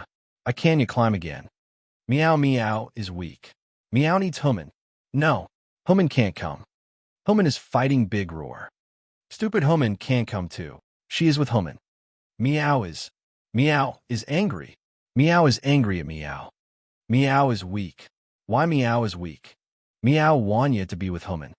Meow want you to say sorry for ignoring Human. Meow has a lot to say. This can yet be the end. Meow is so angry. Huh. Ulsar getting smaller. Yes. This Meow is angry now, so wolves become smaller. Ulsar scared. Come wolves. Meow hunt rats. Ulsar small like rats. Come. Naya. Ma aio. John's POV. Ma aio. What was that? That was so loud. Is a cat growl? I'm sure it is, but it is too loud, and it's echoing so much. It felt like the warning roar of an angry elephant. Joel, was that my imagination just now, or did you hear that too? WW was just about to ask KU the same. Hey, are you all right? Joel was shaking. She must be afraid of the growl just now. Roar. This annoying bear is still alive. I have beaten oblivion out of it, but is still not dying. Get back, Joel. I'm going all out here. I dispelled the bound spear I was carrying from the start of the fight and evoked Thunder Cookie on both hands. Rateman, distracted. I ordered the undead I conjured earlier to distract the gigantic bear and started attacking it from the sides. The bear got annoyed as it knew I was the one commanding the undead, and it came at me with its right paw. Don't underestimate me. Furball. I punched full force at its right paw with my right hand. Thunder Cookie on my right landed on its paw and destroyed its claws and shattered some bones from the inside. It'd get blown away as I hoped. Tough bastard. The bear retreated backward and roared at me once more. I was waiting for that moment. With my speed that was buffed by Empower and Hasten, I reached its location in a blink and punched the other Thunder Cookie in my left at its lower jaw. Crack! The jaw cracked, and the bear staggered the fell down dead. Finally. Damn, that was hard. Joel, hurry up. She was sitting on her butt and looked a bit pale. I casted calm on her. Better. Yes, thank you. Hurry up. Let's look for Nefertiti and get the hell out of here. Yes. Spread out. I commanded the undead to look for Nefertiti and investigate what the hell was that beast that growled just now. I used scan to the limit and covered all the glade. Found her. I ran like mad. The place she was in was near to the ancient structure. I ran and wished for more legs so I can run faster. Just as I reached there, the scene shocked me. Wolves. Over 20. A pack of them. All dead. Cut to shreds and bitten their guts out. A horrific fight. No. A one-sided massacre. What on earth happened here? Joel was shocked. Nefertiti, where are you? I ran to where I could detect her. There she is, lying on the ground. She was slightly wounded, but she was breathing, thank heaven. I crouched down, but didn't dare to carry her. She may have a broken bone or anything. My head worked on its own and started casting heal on her. I put my maximum effort on healing her as her wounds healed at a visible rate. There were many blood stains on her mouth and paws, but it seemed it isn't her blood. How in oblivion did this happen? I finished the healing and carried her in my arm. She then woke up. Are you all right, Nefertiti? Human. Sorry. Don't yet leave me out again. She said and went to sleep again. What happened to her? I don't understand. John. Yes, Joel. What is it? Did she just talk? Huh?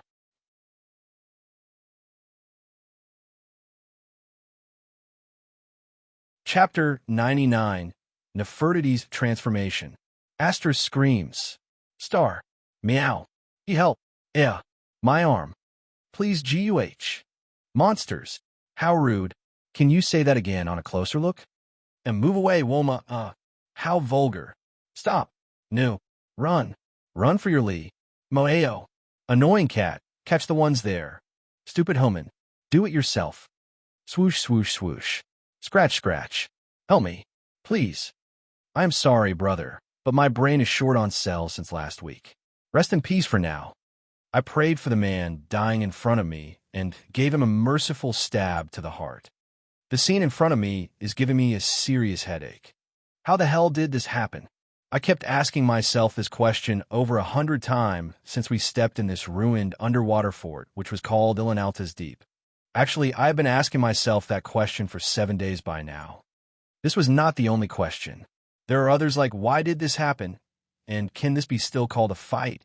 And how fast clearing this place can be, along with many other questions. Too many questions since that day in the Glades. Somehow, I am regretting making a deal with Herson. I'm not sure what happened that day in Bloated Man's grotto, but Nefertiti is making me worry since then. To organize my ideas, I have to remember what happened from the very beginning till now. First, when I found Nefertiti, she was in a bad shape, and I had to pour all my magicka into healing her. I was worried, but the weird thing is that she talked, and even Jeliner could hear her. I mean, wasn't she always talking to me? No. What am I saying? Jeliner reminded me that day that cats aren't supposed to be talking, right? Why did Nefertiti talk to me from the beginning in the first place? Now that I think about it, it doesn't make any sense. I remember her saying that she could understand me, and I could understand her, because I am her human, and we should understand each other naturally. But that isn't really natural at all, right? Cats don't talk. Or do they? The hell? Am I getting crazy here? Cats don't talk. I already know that. Why did I not think it was unnatural from the beginning? I mean, I was happy that I finally befriended a cat, but that should have never stopped me from noticing such an abnormality, right? Right. Oh boy. So all these times when I was talking to Nefertiti in front of people, I remember their reactions were a bit off. Even Irina was looking at me like some sort of weirdo. I'm losing a lot of brain cells thinking of this subject alone. Let's just continue from the point when Joel could hear Nefertiti. After that, Nefertiti passed out and kept sleeping for 3 days. I had to feed her by mincing the food and give her few drops of water along with all the healing techniques I'm aware of. The 4th day, everything changed. Nefertiti woke up before anyone and was super energetic. She kept saying that she jumped and ran and hit a lot of bad wolves. I didn't understand what was going on, but when I asked Joel, she said that she couldn't understand what Nefertiti says at all now. To her, Nefertiti was just using her usual cat voices. But I was hearing her talking, damn it. I kept asking her how could she talk to me from the start, and she looked at me as if I am some sort of idiot. Human. Only noticed Niao? Yes. Naya. Clumsy Human. Human is Meow Human, of course. Meow Human should understand Meow. But there is no known cat that can talk to their humans other than you. There is Neo. Yes, there is not. Not at all. I shook my head. Not possible. We kept staring at each other with shocked expressions until we reached an agreement to never talk in public. I contacted the augur that day, and he cringed at me really hard. He had no definite answer and said to not contact him unless it is serious. The 5th day, I kept monitoring Nefertiti. At night, she said she wanted to go out to the woods. I didn't understand why, but she kept nagging and said it was urgent. The 3 of us went to the woods at night. Nefertiti then found a spot under the moonlight, and something bizarre happened. It caused me and Joel to scream while hugging each other. Nefertiti's appearance started to change in a strange manner. Her body became bigger. Her limbs became longer than usual, even to the enlarged body, and her claw also became longer and sharper. She resembled a normal feline, but her height was almost 1 meter with a long black fur, longer limbs, and longer claws. Her cute face, ears, and tail also got larger to fit her body. Human, I can do that now. Well, what the hell is that? John, did she just talk? Wait, you could hear her again. We couldn't even focus on one problem that night anymore. We were in a deadlock between Nefertiti's new appearance, and could it be that Joliner can only hear Nefertiti in her new appearance along with everything weird that happened that night? I had to contact the augur again to report the development to him. He was interested at first, but he said that Nefertiti got a beast astral extension into her soul. A beast astral extension is the soul magic technique that Herson uses to create his work creatures. But shouldn't the beast astral extension be a soul refined by Herson to be attached to a mortal black soul? How come Nefertiti's white soul can be attached to something like that? That would be true if the cat soul was truly a white soul, but there is something that only few may be aware of. What is that? Rather than the mortal black souls, the lesser white souls, and the divine dragon souls, the souls of the cats can be considered unique among all of these souls. I'm not sure I follow. Is this the reason why the beast astral extension got attached to her? Maybe. It is rather a complicated issue. But I remember that once an Ayleid, Heartland High Elf, wizard claimed that the cats are able to cast magic the same way mortals do, yet they are unaware of it. But his theory was debunked for the lack of evidence and some other notable mistakes. Oh, this was what we could find around the subject, and we ended the discussion after he assured me that there is no danger on Nefertiti's life. I was still worried and couldn't really get my head together around that problem. I asked many questions to Nefertiti, who told me the story of how the wolves chased her and the aspect of Herson gave her light after it broke the ring I retrieved. She couldn't understand what the aspect generally wanted to say, but he was interested in some sort of hunt and some sort of fate. I got chills down my spine from these words. They only added to my headache. And from that day, my headache only increased. Joel got really on good terms with Nefertiti and went on a hunting competition behind my back. I had no power to scold him, so I just stayed there in the inn complaining about life. The 7th day, today, came and I noticed that I have wasted a lot of time in Falkreath. I have only 2 weeks to go back to Winterhold now. I can go back to Winterhold in 4 days on the Flame Horse Atronak if I wanted, but I had some destination in mind before doing so. I want to visit Ivarstead and Windhelm before doing anything else. But today I had to finish the last quest I was here for. The Star of Azura. I took the girls and rode until we reached Lake Ilinalta north to the town of Falkreath. From there, I conjured the Flame Atronak Hawk and rode on it across the lake to the north. The reason why I didn't use the Flame Atronak Hawk was the woods around Falkreath. I am not still that good with the spell, so I can make it fly only up to 10 to 15 meter, which is rather hard as Falkreath woods were rather high. As we were on a lake like that, I asked myself why the hell not fly, and so it was decided to fly. For that reason, we arrived at the northern part of the lake. The flame Atronak Hawk landed on some old ruined fort that mostly sank underwater. It was called Ilinalta's Deep. Ilinalta's Deep was originally an imperial outpost, known as Fort Ilinalta, until it fell into the lake due to instability caused by experiments carried out by a mage called Malinvarin. Rumors claim that the area is cursed and many fear to go there. Malinvarin is a Dunmare mage who was exiled from the College of Winterhold for pursuing questionable research with soul gems, killing a student, and many other unacceptable acts. Malin's experiments were to find a way to become immortal, and he believed that storing his soul in Azura's star would prevent him from dying.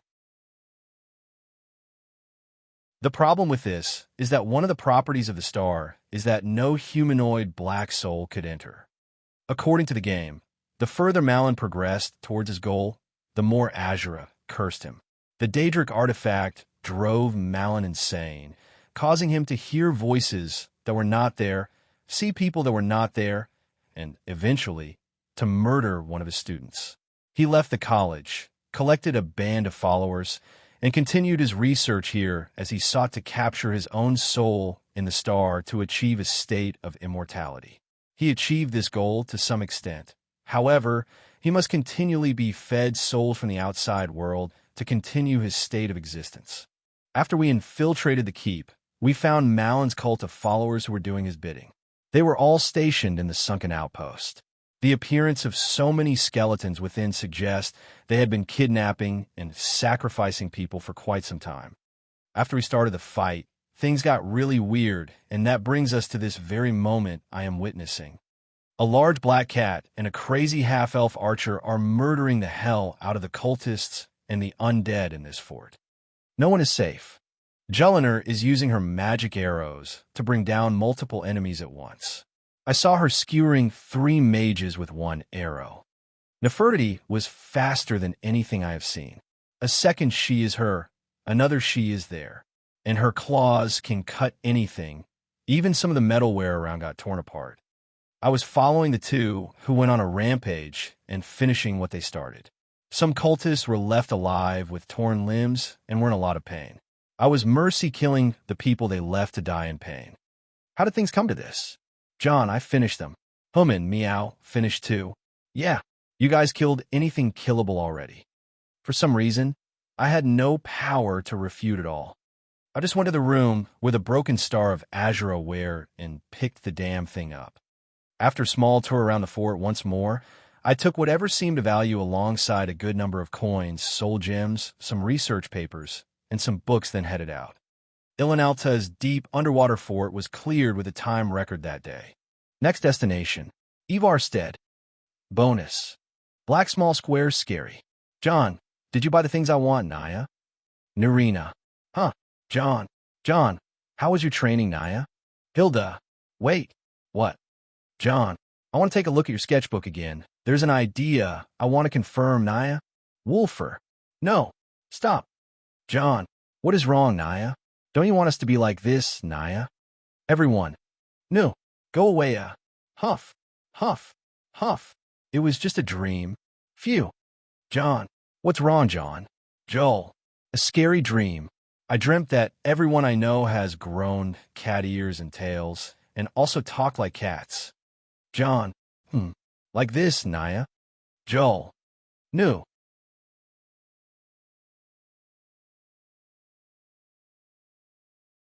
Chapter 100. The Stalker of Ivarstead. Case closed. After getting the broken star of Azura, there was officially nothing for us to do in Falkreath anymore. We returned to the town, packed our things, and took the road back to Helgen. The ride was not really that bad. We camped once near Pine Watch, which looked like a small farm from the outside, but from the inside, it was a massive bandit hideout. I didn't mention a thing about that to Joel or Nefertiti, because I'm sure they will go on a rampage again once they sniff the possibility of killing something.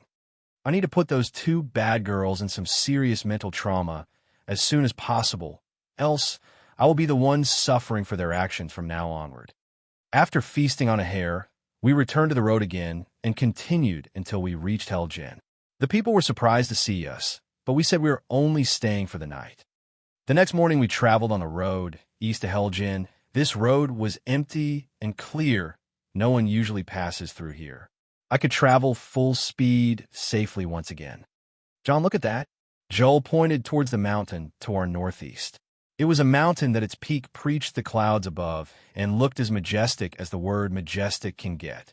This is the throat of the world, the tallest mountain in the world. Us Nords believe that men were formed there when the goddess kind breathed onto the land. Hence, the Song of Return refers not only to Iskermor's return to Tamriel after the destruction of Sarthal, but to the return of men to what we believe to be the cradle of humanity. That is why this land is called Skyrim. That's why we Nords are children of the sky, says the guy who thinks of everything Nords do as Nord nonsense. I only took the good points of being a Nord, you know. Racism, thick-headedness, Sovngarde this, Sovngarde that. Don't forget the looks, the builds, and the frost tolerance. Also, I am not racist. Really, try me. Bretons, hobbits, Argonians, lizards, redguards, curved swords, elves, bastards, imperials. Don't like them. No particular reason. Khajiit, fluffs, orcs, for the horde. See, well, you only mentioned the ones I don't like. Yeah, I know. She went silent, then asked again. So, why are we going to Ivarstead? To visit an old friend. Who's that? Someone who used to take care of me in the orphanage. Will we have enough time to go back to Windhelm if you decided to laze around in Ivarstead? Oh, about that. When we head to Windhelm, we will reach it in less than a day. Less than a day, if my calculations are correct. What are the chances for your calculations to kill us with no place of burial? Pretty high. Sign me up.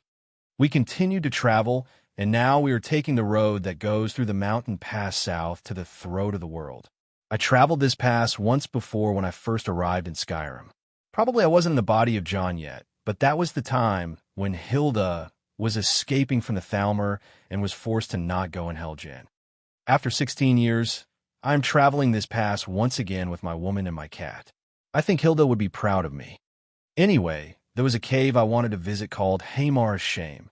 The cave is related to a Daedric prince, and in the game, players could get one badass-looking helmet by communing with that Daedric prince, but now, I didn't feel any Magicka reactions from the cave. I don't think I can start the quest right now anyway. I will come back later in my next training journey. It was still not dark, and I wasn't planning to camp here in the wild or in the woods after this point in the Rift Hold. After we finished the pass between on the mountain roads, we arrived at the woods of the Rift. Snow was taking its toll on the place here, too.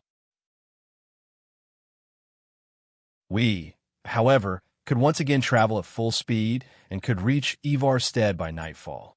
I always followed the words of certain wise men that said, "Don't take your freaking flame Atronach horse into a town full of Nords unless you are ready to be chased out by pitchforks." And so we enter the town on foot. Ivarstead is a fairly medium-sized town located at the eastern base of the throat of the world, on the western edge of the Rift and the western shore of Lake Gear. Pilgrims and travelers often pass through, as the town is located at the beginning of the 7,000 steps to High Hrothgar. It used to be a good-sized town that had a good farming and lumber business, but in recent years, many townspeople have been leaving for Rift Inn, and business in the town has been suffering. Anyway, after we got inspected by the guards, we got the permission to pass the bridge to the town. I knew a bit about the place, and I went straight to the inn, the Vilmir Inn. That inn is the only tavern in town, so it was the place where townsfolk will gather every night. Before I go in, I read the notice board in front of the inn and could tell that the town is peaceful from the looks of it. After I went in, my appearance got all the attention and everyone kept staring at me. Also, Joel was not minding her half-elven appearance and went in with no hood. Some looks gave out some of the normal Nordic hostility towards strangers, but I really didn't mind it at all. I mean, I was looking at them with an equal amount of hostility too. "Welcome to Vilmir Inn. Need a drink, or maybe something to eat. A room for two. How long will you be staying? Not sure. I'll pay for a week. Are you by any chance visiting the town on a pilgrim? Haven't decided yet. Oh, I see. The innkeep is a man called Wilhelm. I was talking to him coldly because of a reason I had in mind. I just don't like the guy. The man guided me to a room, and I bought the drinks and the food we needed for the stay. Then I went out again to sit in the inn's hall. Before I decide where to sit, I kept looking around for a bit until I saw a familiar face. I went to his direction and sat in front of him. "Long time no see," I said. "WH, who are you? Come on, don't break my heart like that. Look at my face closely. Don't you know who am I?" "Don't know. Narfi doesn't know you." "Hey, you were scaring Narfi." Some guy came shouted at me from the side. "Piss off." I glared at him and released a bit of aura that caused everyone in the inn to get choked on their drinks. Of course, I avoided Narfi. "You are John." Narfi jumped up from his place and looked happy. "Yeah, Narfi. It has been 5 years. How did you recognize me?" John always curses people. Rita says not to listen to John a lot. "My reputation. It stinks." Narfi used to be an orphan in the honor hall with us, but he was much older. I guess he is 20 years old now. He is a kind guy with a bit of an intellectual disability, but he is completely harmless. Narfi has an older sister called Rita, who used to be Nurina's helper. Narfi has spent some time with me in the orphanage, and Rita took care of me many times. I had no way of contacting them up until now. Narfi is attached to his sister since they were children and does nothing without her consent. Maybe he developed a complete dependence on her after their parents died. I sat with Narfi and started asking him about things. He was as honest as ever and was very happy to see me. He used to carve a lot of wood, and Nurina encouraged him on that talent, but Rita was always overprotective over him and tried to make him do less dangerous things. "Where is Rita, by the way?" "She is home." Narfi was helping Rita gather mushrooms this morning, and Rita twisted her ankle. Wilhelm said he will ask for the alchemist in the woods to help Rita. Wilhelm did? I looked at that man coldly again. "Fine, Narfi. Let's go see Rita." Narfi agreed and was about to go out with me, but someone popped up. "Set down, Narfi. I still haven't gone to call the alchemist. And customer, please, don't bother sick people." The man Wilhelm was holding on Narfi's shoulder and smiling at me. "I can do healing," I said as I conjured a lightning magic spell and made it chirp. I could hear Jelliner giggling behind me. Wilhelm's face, on the other hand, changed color. The people in the inn noticed too. "Yep, I am a mage. Fuck you very much. I feel really insulted. Can't you recognize this handsome face at all?" "Well, somehow I felt irritated when I looked at you. You really look familiar." "Come on. How could you forget about the most handsome young man in the world?" "Wait, most handsome and red hair? Don't tell. How did you get this tall?" "Hee. I overdosed myself with awesomeness." "You never change, don't you, John?" "Huh, never." Rita, on the other hand, has changed. A lot. She looked thinner, somewhat sickly, and it seemed as if she doesn't eat enough. What is going on with her? I talked with her for a while, and she was asking about Nurina and how is she doing. But to think you went to live with her. Well, Winterhold isn't that bad, and I have a lot of good business going around there. Seems you struck it rich. I did. Want to come to Winterhold? I could take care of you guys there. You'll find a job and a better place to live for sure. No, it is too far. No one will tend to our parents' graves if we left Ivarstead. And a lot of young people are leaving the town already. Who will live in this town if every young person leaves? Anyway, my door will always be open for you if you ever decided to come. I'm sure Nurina will be pleased to see you guys there. Here, your foot is all healed like this." Whoa, Narfi remembers. Headmistress always healed Narfi like that. "Yeah, I remember too. Thank you, John." Hee, it is nothing, guys. Whatever it is, don't ever hesitate to ask for help. This is my token. If you carry it to a ship in Windhelm or take it anywhere in Winterhold, you guys will get help from my people over there. Thank you, John. All right, I am taking my leave. What? Stay for the night. We still. I am sorry, but I am traveling with a companion, and we will be on our way at first light, so I am sorry. Another time. I bid farewell to the siblings and went out of their home. Narfi and Rita, a bit of a tragedy in the game, more like Wulfer and Sviti. One of them also died before the game started, and the other got into a streak of a very bad luck. This time it was Rada who died, and Narfi's condition has gotten a lot worse. In the game, Rada's remains are found in the river north of town, as if she is drowned, but I am more suspicious. I think she was killed, and the killer is the one who guides the player to the remains location. I walked away from Rada's house and used scan. PSSSD. This way. I could hear someone calling for me. It was Julliner. What happened? It was as you said. He came after you. Where is he? This way. I followed her to some place secluded west of the town where no one comes. As I arrived, I saw Nefertiti in her normal form lazing around while a man, gagged and tied, was squirming beside her. This was the innkeeper, Wilhelm. Did he came after me? Yes. He was trying to snoop around while you were in there. Did you search the inn as I told you? Yes. I found this strange ornament. It is the same thing you described it would be. The sapphire dragon claw. A key to an ancient Nordic ruin. I knew he had it. What else did you find? Look at this journal. I took a journal from Julliner and used night vision to read it in the dark. This is exactly what I thought. This guy is a stalker. He was stalking Rada. It was never mentioned in the game, but it is a solid evidence to me. Hee. This is bad for you, Wilhelm. I know that after he kills Rada, for whatever reason, Narfi's condition will worsen and will cause some suspicions around Wilhelm. That is why Wilhelm will make a contract with the Dark Brotherhood to kill Narfi too. Scum. Lower than scum. Nefertiti. Human. He is all yours.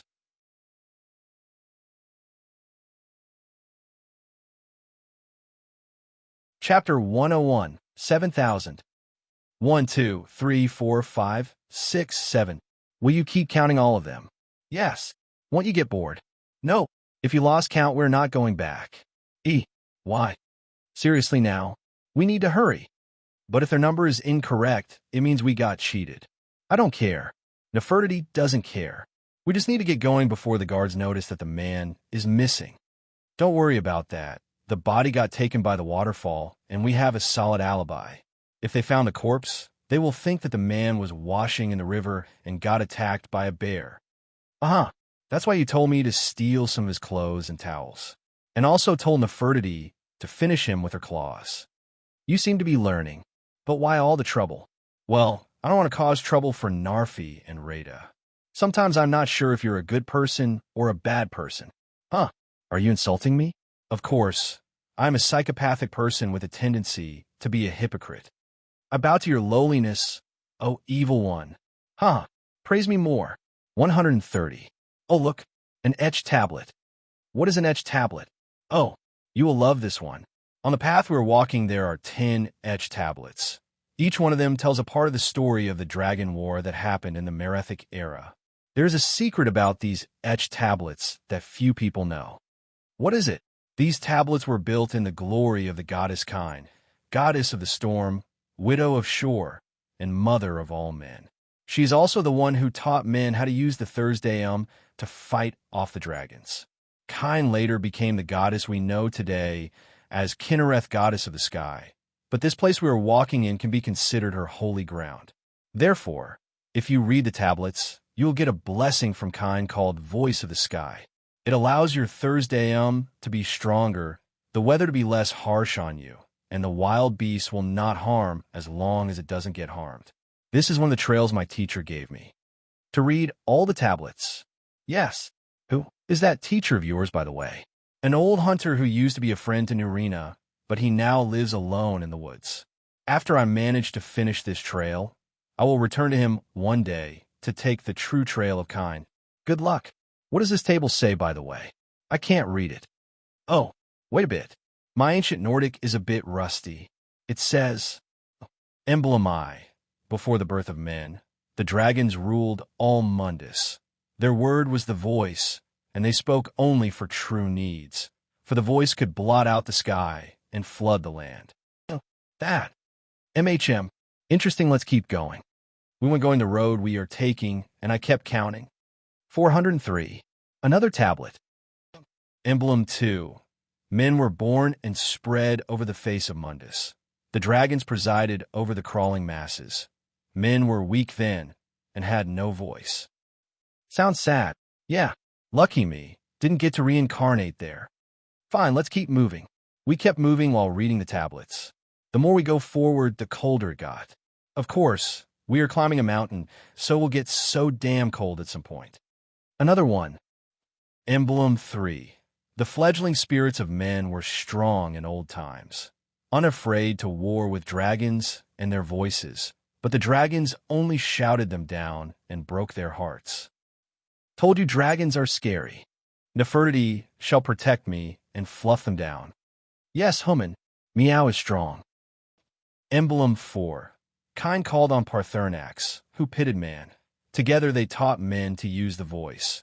Then dragon war raged, dragon against tongue. Kind be praised. You sound like a religious idiot. I just like kind. Emblem V. Man prevailed, shouting Alduin out of the world, proving for all that their voice too was strong, although their sacrifices were manyfold. Hooray! Let's camp here for the night. Nefertiti, leave that nerd alone. Come and gather berries with me. Stupid Homan is right. Emblem 6. With roaring tongues, the Sky Children conquer, founding the first empire with sword and voice, whilst the dragons withdrew from this world. Told you dragons ain't that scary. Say that to one of them in the face. Emblem 7. The tongues at Red Mountain went away humbled. Jürgen Windcaller began his 7-year meditation to understand how strong voices could fail. This is a sad story. You know it, Joel?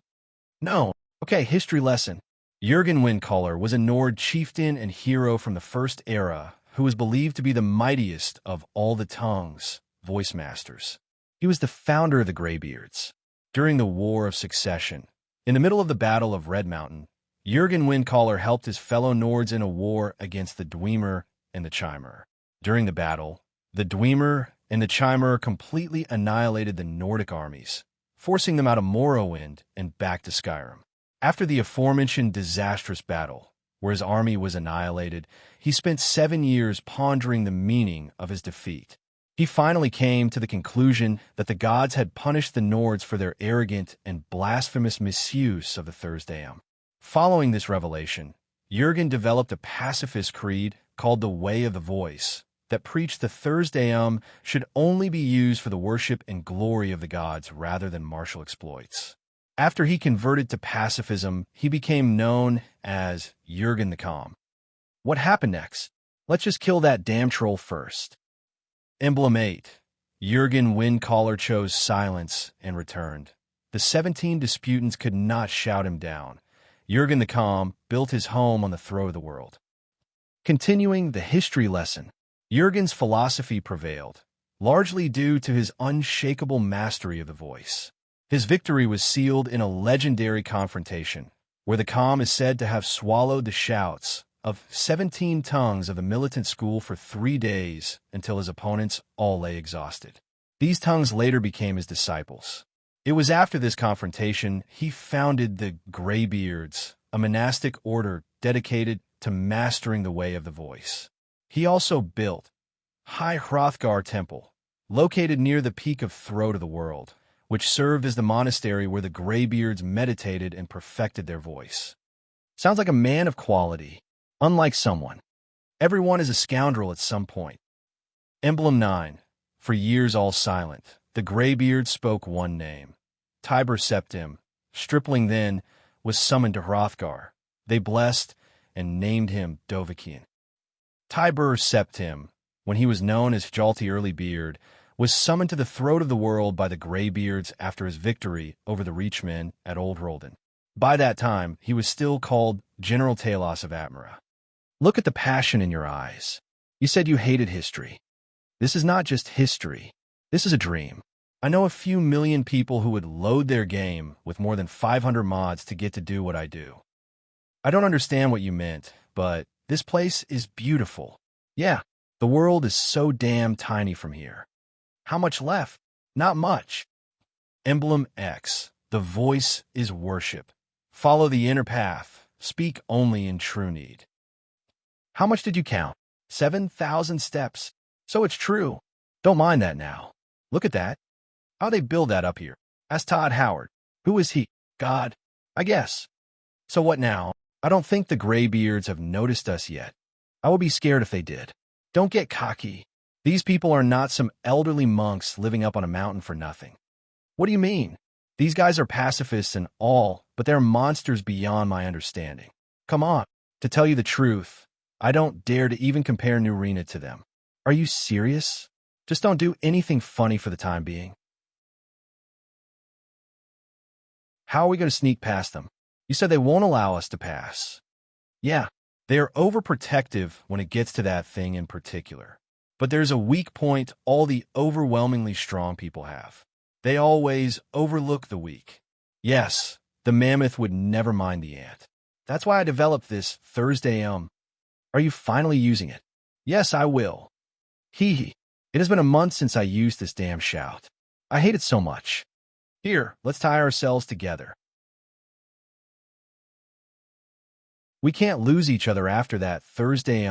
This Thursday I developed is a bit annoying. It is dangerous and very flawed, but effective, so tying ourselves together is the best way to avoid its after effect.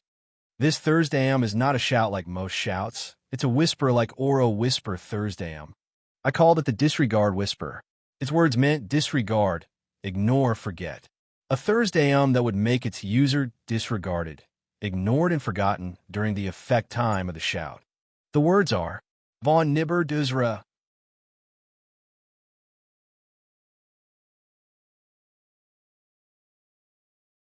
Chapter 102, Parthernax. And for Chapter 100, we bring you Payawair Therneawaix. Drim, Yalak. Greetings, Wundaniak. I am Parthernax. Who are you? What brings you to my Strunma, my mountain? Oh, my Talos. I think I shouldn't have added too many dragon mods. Huh. Ha ha. John, my eyes are playing one silly trick on me. That makes two of us. This is a little bit too big. In front of me was someone I yearned to meet since the very first day I came to this world. Parthernax, the master of the Graybeards. But the Parthernax in front of me is a little bit too large. Nope, maybe this is just too freaking large. What the hell? Few hours earlier, High Hrothgar or Hrothgar is an ancient monastery located in the peaks of the throat of the world, the tallest mountain in all of Tamriel. High Hrothgar is the home of the Graybeards, a group of powerful monks that dedicate their lives to studying the way of the voice. The monastery itself was built to block the road beyond it. That road is what leads to the peak of the throat of the world. There lies the place I want to collect the unmelting snow from, as well as Parthernax, master of the Graybeards, and the ancient dragon that lived through the ages on the mountain, waiting for the return of the World Eater. Now, to pass the monastery, I need to go unnoticed by the Graybeards who won't let anyone pass the place. That's why I needed some sort of method. The best way I could think of was to make myself disregardable to pass through the place. The disregard shout was something I developed by creating the aspect of being disregarded. That is why I sat frozen in the woods for a full week to get disregarded by the wild to the highest degree possible. The moment I understood how to be disregarded, I started developing the shout. It took me 1 month, but it was an easy one. I can shout it at myself or at someone, but its effect is very annoying. For example, if I made Joel disregard me, she may not notice me next to her. If she is fighting, she may shoot arrows while ignoring me who may be on the way. If we went somewhere together, she may forget who did she go with or why she is here. That's why we tied our hands to each other so that we can't forget each other. We also did the same with Nefertiti. After that I shouted, Von Nibber Duzra, which means disregard, ignore, forget. As long as I am in a physical contact with Joel and Nefertiti, we could be aware of each other, but that was a bit hard. Still, we managed it somehow. Casting magic or throwing an object won't disturb the effect, though. Now the problem was how to pass the monastery of High Hrothgar. Should we go through or go around? Going through is dangerous. Going around is dangerous too. Going through means having a great possibility to confront the Graybeard, which is something I don't want to do at all. Going around means passing through the monastery like thieves, which also may offend the graybeards. After thinking, rethinking, and overthinking, I decided to summon it over. The awesome flame Atronak Hawk. We are riding it over the monastery. Are you sure we will be safe? No, but I can think of a way to get the attention of whoever finds us away. I started doing some preparations around the entrance of High Hrothgar, a small prank to be frank. After that, I jumped on the flame Atronak Hawk, and Joel, who was carrying Nefertiti, clung onto me. After it rose over 15 meters, it could barely fly over the roof of the monastery. The other side of the monastery is within reach, but I could see a tower on the other side. The other side has a courtyard and a tower indeed, but the monks shouldn't be going out that much. Yet seems someone is there. I don't recognize that someone, but he wasn't that old, as I remember the gray-bread should be. He was in a black robe and apparently had shaved his head. He was sitting atop the tower. By checking him more clearly, I noticed that he was a bit too young. Who is that? It doesn't matter as long as the plan works. After we passed the monastery and flew over the courtyard, I cast Featherfall and jumped down from the flame Atronak Hawk with Joel and Nefertiti. The hawk kept flying until it got the attention of the person on the tower. As he saw it, he appeared to have panicked and went down from the tower to check the weird flaming bird that was flying over the monastery. He judged that it was troublesome and evoked a frost magic spell, then started attacking the flame Atronak Hawk. I was commanding the hawk to evade left and right to test this unknown person's ability. Once he got sick of the movement, he inhaled and fixed his sight on the hawk. F.O. crap. Whoa, did he just use the Thursday am? Look at that. Frost breath shout. That person just shouted 2 words of frost breath shout. A frost force wave emerged from that person's voice and struck the flame Atronak Hawk. The hawk took damage and disappeared due to it. Amazing. System. Record that in a video file. Confirmed. Good, now let's see. Something made of wood fell from the sky after the hawk was destroyed. As that man saw it, he hurried towards it and picked it up. Once he saw it, he froze for a second, then started running to the monastery. He clearly got panicked. I saw you writing something on that wooden plate. What was it? Joel asked. It said Grind Zei Osthava, and it means, meet me at the entrance. Why would he do what you tell him? Let's just say humans are a bit easy to manipulate. I walked through the now empty courtyard and headed to the way beside the tower. There we saw a gate, and what was beyond it was a wall of storm. No one can pass anything like that. There is only one way to pass it, but I was waiting for something. I was focusing my ears on something far away, and after a few minutes, I could finally hear it. Asterisk bang. Star. This meant that the people inside the monastery finally went to the entrance. I left some rune traps on the floor ahead of the entrance of the monastery. They were nothing serious, just a flashbang rune. Now let's get this over with. Lock VAH core. I used a Thursday I barely mastered. The first and the second words went well, but the third didn't come out. Hurry, let's run. As I shouted, the storm wall disappeared and the path beyond it was clear. Lakva Kor is the clear sky shout that can clear the wind and make the weather into its best condition. It is also a very important shout in the game. As the road beyond the storm wall was cleared, I ran holding Joel's hand. We were running as if a mammoth was behind us. I actually was afraid from the graybeards, so I prepared a puny trick to make them look away for a while. After that, we kept moving forward in a very harsh road. Every 2 or 3 minutes, I had to use Clear Sky shout to keep advancing. And finally, we reached the place we needed. The peak of the throat of the world. The top of the snow tower.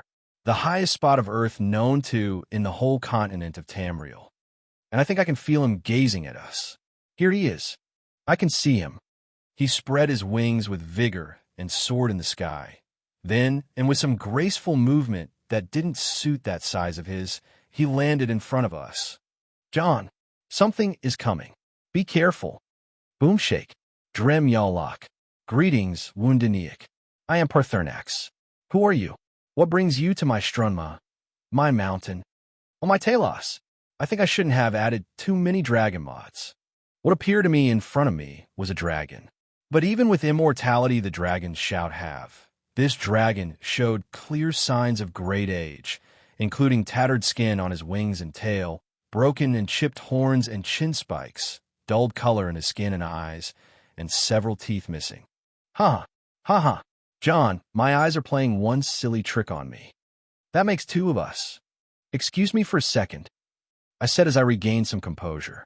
I moved to the side and looked at Parthernax from the side. Yep, I'm sure of it now. This is not the normal size of the dragon I thought it should be. This is too freaking large. The dragons from the game were almost around 20 meters long and 4 meters high, but this was double of that. Damn it, Bethesda. You even cheated us with the size of the freaking dragons. John, what are you doing? Oh, sorry. Excuse my rudeness. My name is John Dare. Officially, John Hild Firemane. It is an honor to meet the Grandmaster of the Greybeards. Master? They see me as Master. Woof. Onic. Old and wise. It is true, I am old though. Part of the wisdom can only be obtained with age. I replied, but that's not what I am really here to talk about. You already know who am I, right? The dragon was a bit taken aback, then said, Yes. Vatsa, you speak true. Forgive me.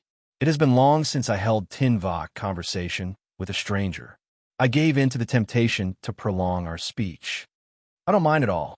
We still have some time before the worlds start lashing at us. I said while laughing. Zeruin, strange. You seem to already know much about your des, your fate. You will be surprised by how much I know, but that's not our concern anyway. We still have a short time to enjoy this peace. Vazin, true. Tell me, why do you come here, Volin? Why do you intrude on my meditation? Don't call me Volin like it is a bad thing. You will be seeing me a lot from now on.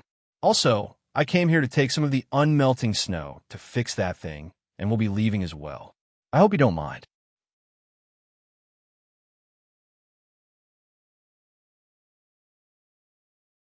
Chapter 103, A Jull in Distress. A Town in Need. Jull's POV. John. Hey John.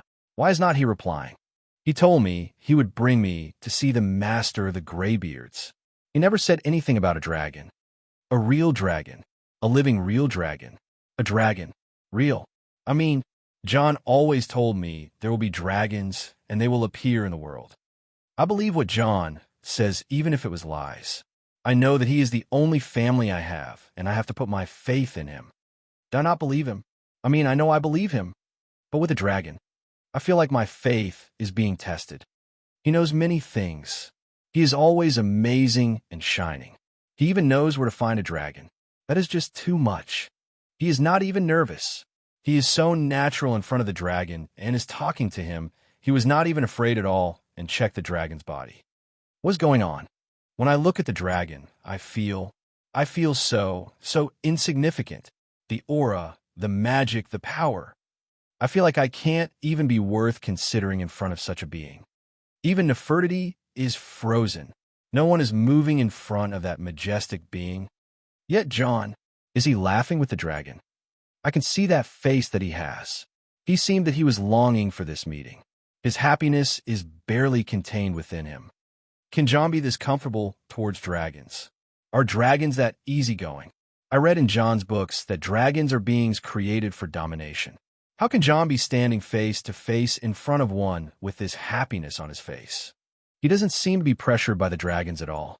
I, on the other hand, didn't even move. Not even once. I was frozen in place from the very beginning.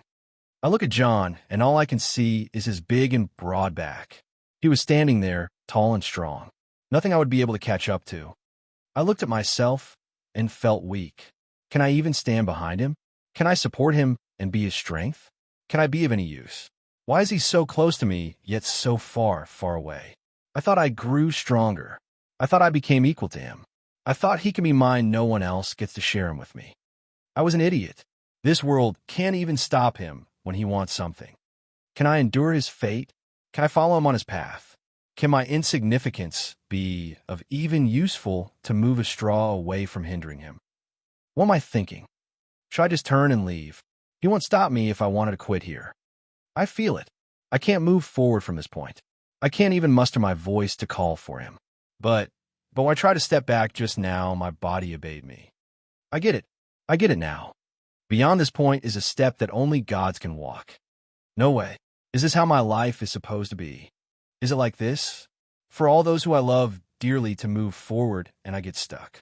Mother, what should I do? He is too hard to reach. This is beyond me. I turned around and took a step away. First step. My eyes are wet even in the coldest place in the world.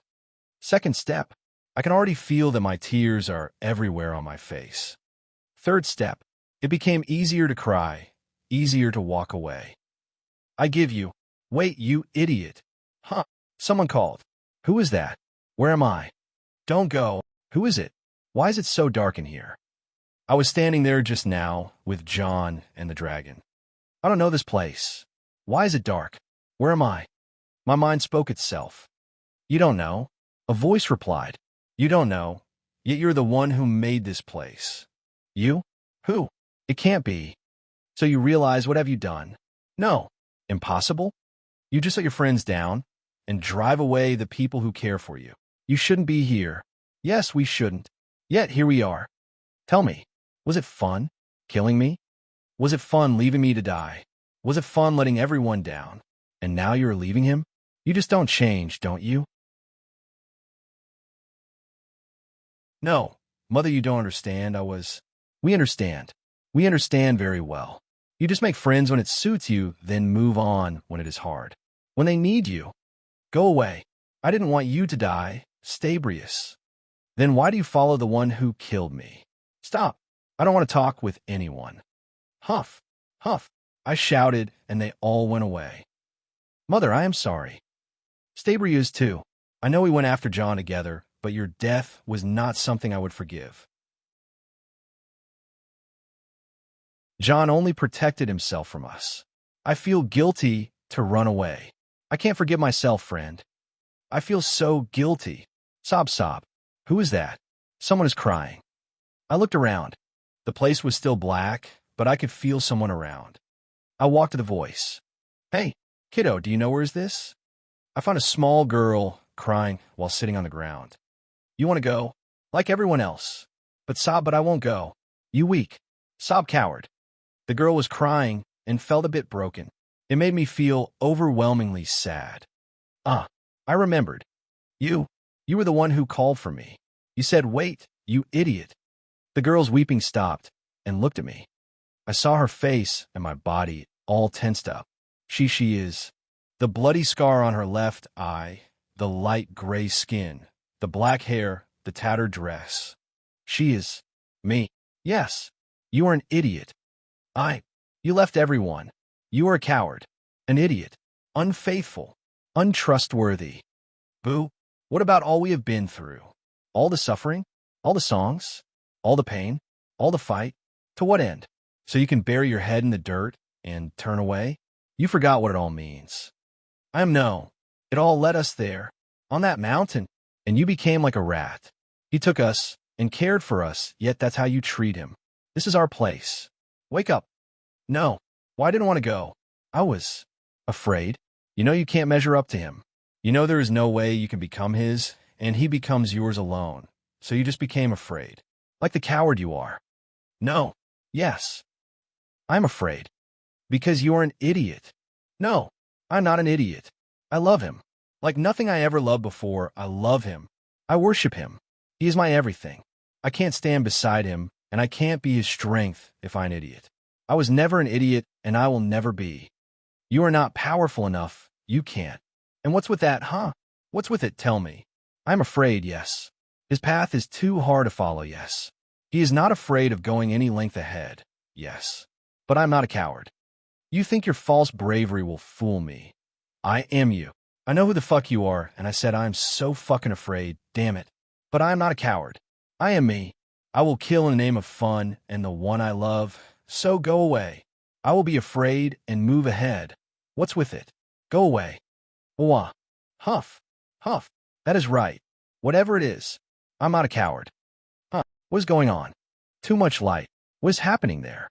Why did this young me turn into a light thing? It's too bright. And blue, huh? Blue. Oh, rise and shine, sweetheart. It's almost sunset here. Blue sky above and John, an Nefertiti, and a dragon. By any chance, am I the first person ever to be awoken by a human, a cat, and a dragon, all at the same time? I somewhat got the urge to ask that question. Yes, how envious. You've beaten me to it, John said as if he remembered something. He is still acting dumb around a dragon. I don't think there will be anyone who can do it like though. What does that smell? Something smells charred. Oh, about that. His fault. John pointed towards the dragon. What happened? Dragon said mew small and meow old. Dragon said FH and burn mountain. Everything smells. For some reason, the idiot cat is saying something so strange. John, about that. It happened a few minutes ago. John's POV, a few minutes ago. I came here to take some of the unmelting snow to fix that thing, and we'll be leaving as well. I hope you don't mind. I said to Parthurnax. Drem, patience. There are formalities which must be observed at the first meeting of two of the Dove. Parthurnax said, and turned his head away to half-rounded rock. By long tradition, the elder speaks first. Hear my Thursday feel in your bones. Match it, if you're a Dovahkian. Parthurnax then opened his mouth and shouted one mighty shout. Y'all Torshul. A strong stream of fire accompanied these words as Parthurnax said them, and a true dragon fire breath fell on the rounded rock. Once he finished his fire breath, he looked towards me and said, The word calls you. Go for it. I obeyed what he said and approached the wall. There were some draconic runes left by the breath. I just noticed how the word was spoken and performed so I could see it clearly. I understood it once my eyes fell on it. It was y'all, and it meant fire. I was still far from comprehending the world, though. A gift. Dovahkian. Y'all. Understand fire, as the Dove do. Parthurnax said, and a stream of energy came from him towards me. Whoa, I understand the word. I comprehended it. No, Parthurnax gave me a part of his knowledge about fire. It is so deep. No words can describe that. Parthurnax seemed a bit amused and called for me. Now, show me what you can do. Greet me not as mortal, but as Dova. Fine, you asked for it. Ahem, Wylel. Unlike the fire breath that Parthurnax performed, mine is, let's just not mention it. It was way too embarrassing. A force of fire just was formed with my word and flew towards Parthurnax. Ah, yes, Sasadov Losmol. Parthurnax spoke very loudly as if life has returned to him. The dragon blood runs strong in you. It is long since I had the pleasure of speech with one of my own kind. I smiled. I'm more pleasured to finally meet you, Dovahdu Anakin. I replied to him the way dragons speak. Of course, I was a bit embarrassed. So, you have made your way here, to me. No easy task for a Jor mortal, even for one of Dova SOS. Dragonblood, what would you ask of me?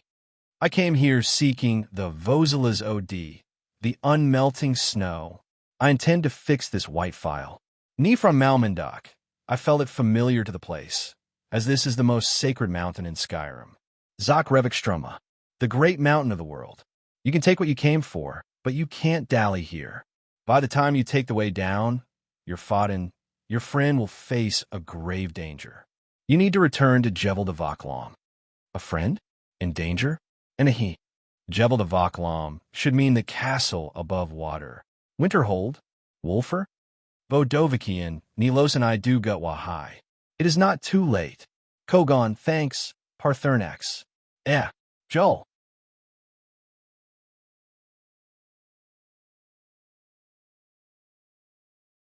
Chapter 104, Before the Storm. Alina's POV. You said in Windhelm? Yes, my lady. He appeared there, and the description matches. Sveikin said, This is interesting. Darth Vader, who disappeared for a while, then showed himself 4 months ago and caused mayhem in Windhelm. What else in the report? The last time he was seen was when he broke through the front gate of Windhelm alone on a flame Atronach horse. I know he can use the spell that is created by John Dare. I still don't get the connection between these two. The flame Atronach variations are John Dare's speciality. The storm Atronachs are normally researched by Teacher Loneth and the frost Atronachs by Master Narina. Crimson Moon. Can it be that they are the same person? Yes, is possible, but everyone says that John Dare is here in the Midden. Even Master says so. In the Midden for half a year? I can't believe it. Experts in our clan lock themselves in caves for years to gain better understanding to the ways of the blade. The way of magic is more mysterious, especially for a mystic like John Dare. Yes, it is still suspicious how someone of his age can stay all that time in an inner door training, but nothing is impossible for us mystics. Also, it is said that John Dare has a follower that goes by the name of Julliner. It seems like Darth Vader and his follower to me. We will know the truth sooner or later, Skywalker. Darth Vader and his Thunder Fist are an opponent I can't lose to once again. The same goes for John Dare. I don't want to break Master's heart over her favorite student, but my heart can't bring me to lose in talent. Of course, Crimson Moon is the pride of our clan's patriarch, as well as the rest of the clan. Your progress under Archwizard Narina the last half year is amazing, and your new magic will trash 1,000 John Dare and 1,000 Darth Vader combined. Fufu. Skywalker, you started to become a flirt. It is all true, my lady. The Lady of the Storm is not your newest title for nothing. The wind magic of yours made even the Destruction School students and scholars bow to you. Ah yes, that happened. The wind magic was a project that Master Narina and Senior John Dare worked on, but they gave up halfway. I don't know why, but I got pulled into it and continued from where they stopped. After a few months of research, I reached the point to be able to control a very rare destruction mystic element. The wind magic. I was into frost magic before, but my defeat against Darth Vader in the clan's sacred ground was epic. I could finally come to a conclusion that I needed to be in a place like this where magic is a daily practice. I found a lot of strong, talented people in this town. Names like John Dare, Darth Vader, Julliner, Wolfer. These people are geniuses in magic, sword, and smithing. The last person I met was the town's blacksmith who worked for John Dare. His name is Wolfer. This guy can make miracles with steel that gave him the title of Thousand Hammer Blacksmith. His work speed is beyond understanding. When he works in the forge, he needs at least 10 apprentices to keep up with him. I tried to invite him to the clan, but he didn't even consider it. Seems like Wolfer and John Dare are sworn brothers. This town is so interesting. I can never get bored here. I even had to disobey a direct order from the college and went to assist the town against pirates. It seems the town has a big animosity with the Blood Horkers and the Bloodsales clan. Still, the college is trying not to take action. If I was not a member from the Silverblade clan and the student of Archwizard Narina, I would have got scolded like 1,000 times by now. Savo's Arn the Archmage is too lax and doesn't want to interfere. These people don't get politics at all. Lady Alina, someone interrupted my thoughts. Who is it? I asked. It is a student at Creation Club, my lady. The Red Guard girl. Yisra, come in. To think it is her. I got closer to these people to get information on John Dare, but I ended up joining them. They still treat me like a lady of a big family, though. Lady Alina, I came to tell you. I told you to call me Alina without lady. We are friends. The girl seemed a bit troubled, so I gestured for Sveiken to get out. No, we are alone. Really no need. I just came from the town, and it seemed they are preparing for the defense battle. Wolfer and Trudvar seemed a bit troubled over some logistics, so I came to report. Oh, thank you. I guess I should head out. Winterhold is a good town now. Many people live here, and it started to get on the Blood Horkers' bad side. Now, as they started to attack the town, many students and scholars sneak out to assist the defense. I can go openly, but seniors like Svidal, Holman, Rusning, and these people need to sneak. That's why I gathered them under the Creation Club with the permission of the team's secretary, Scholar Eliel. We go out in missions to, gather ingredients. All right, Yisra, let's go. Thank you, Alina. Fufu, you are welcome. Whoa, she called me by my name. Let's keep the fact that I am happy aside. I took the way out from the dorms and headed directly to the entrance. Yisra went to call for the rest. Svekin was sent to get something from the club for me, and he will return immediately. Let's head to town then. The wind is strong today. The pirates will come from the north, so the wind will be on their backs. Bad for both me as a wind mage, and also for the archers who will have to shoot them from the cliff. I see all the preparation are being done while I was crossing the broken bridge to the town. After I crossed it, I could see the command tent and Wolfer and Trudvar in it. They're the ones who are responsible for the town defense. There's also a woman called Alishka, the bathhouse manager. W. Met. Lady Alina, thank you for coming. Thank you for calling me over, Wolfer. I greeted the town's chief blacksmith. He is a serious-looking young man with a large build, black hair, and a heavy armor. He likes heavy armors and big weapons so much that I never saw him with the same weapon twice. But this time he's carrying a hammer that is giving off some serious aura. Well, every one of us is in their battle dress already. Wolfer's POV. Thank you for calling me over, Wolfer. The young lady returned the greeting to me. She is Nurena's new apprentice and a very strong mage. A monster just like John. She is a very beautiful lady with jet black hair, and unlike the rest of her family who are rumored to be strong swordsmen with light gray eyes like the white moon Secunda, she has crimson red eyes like the red moon Masser.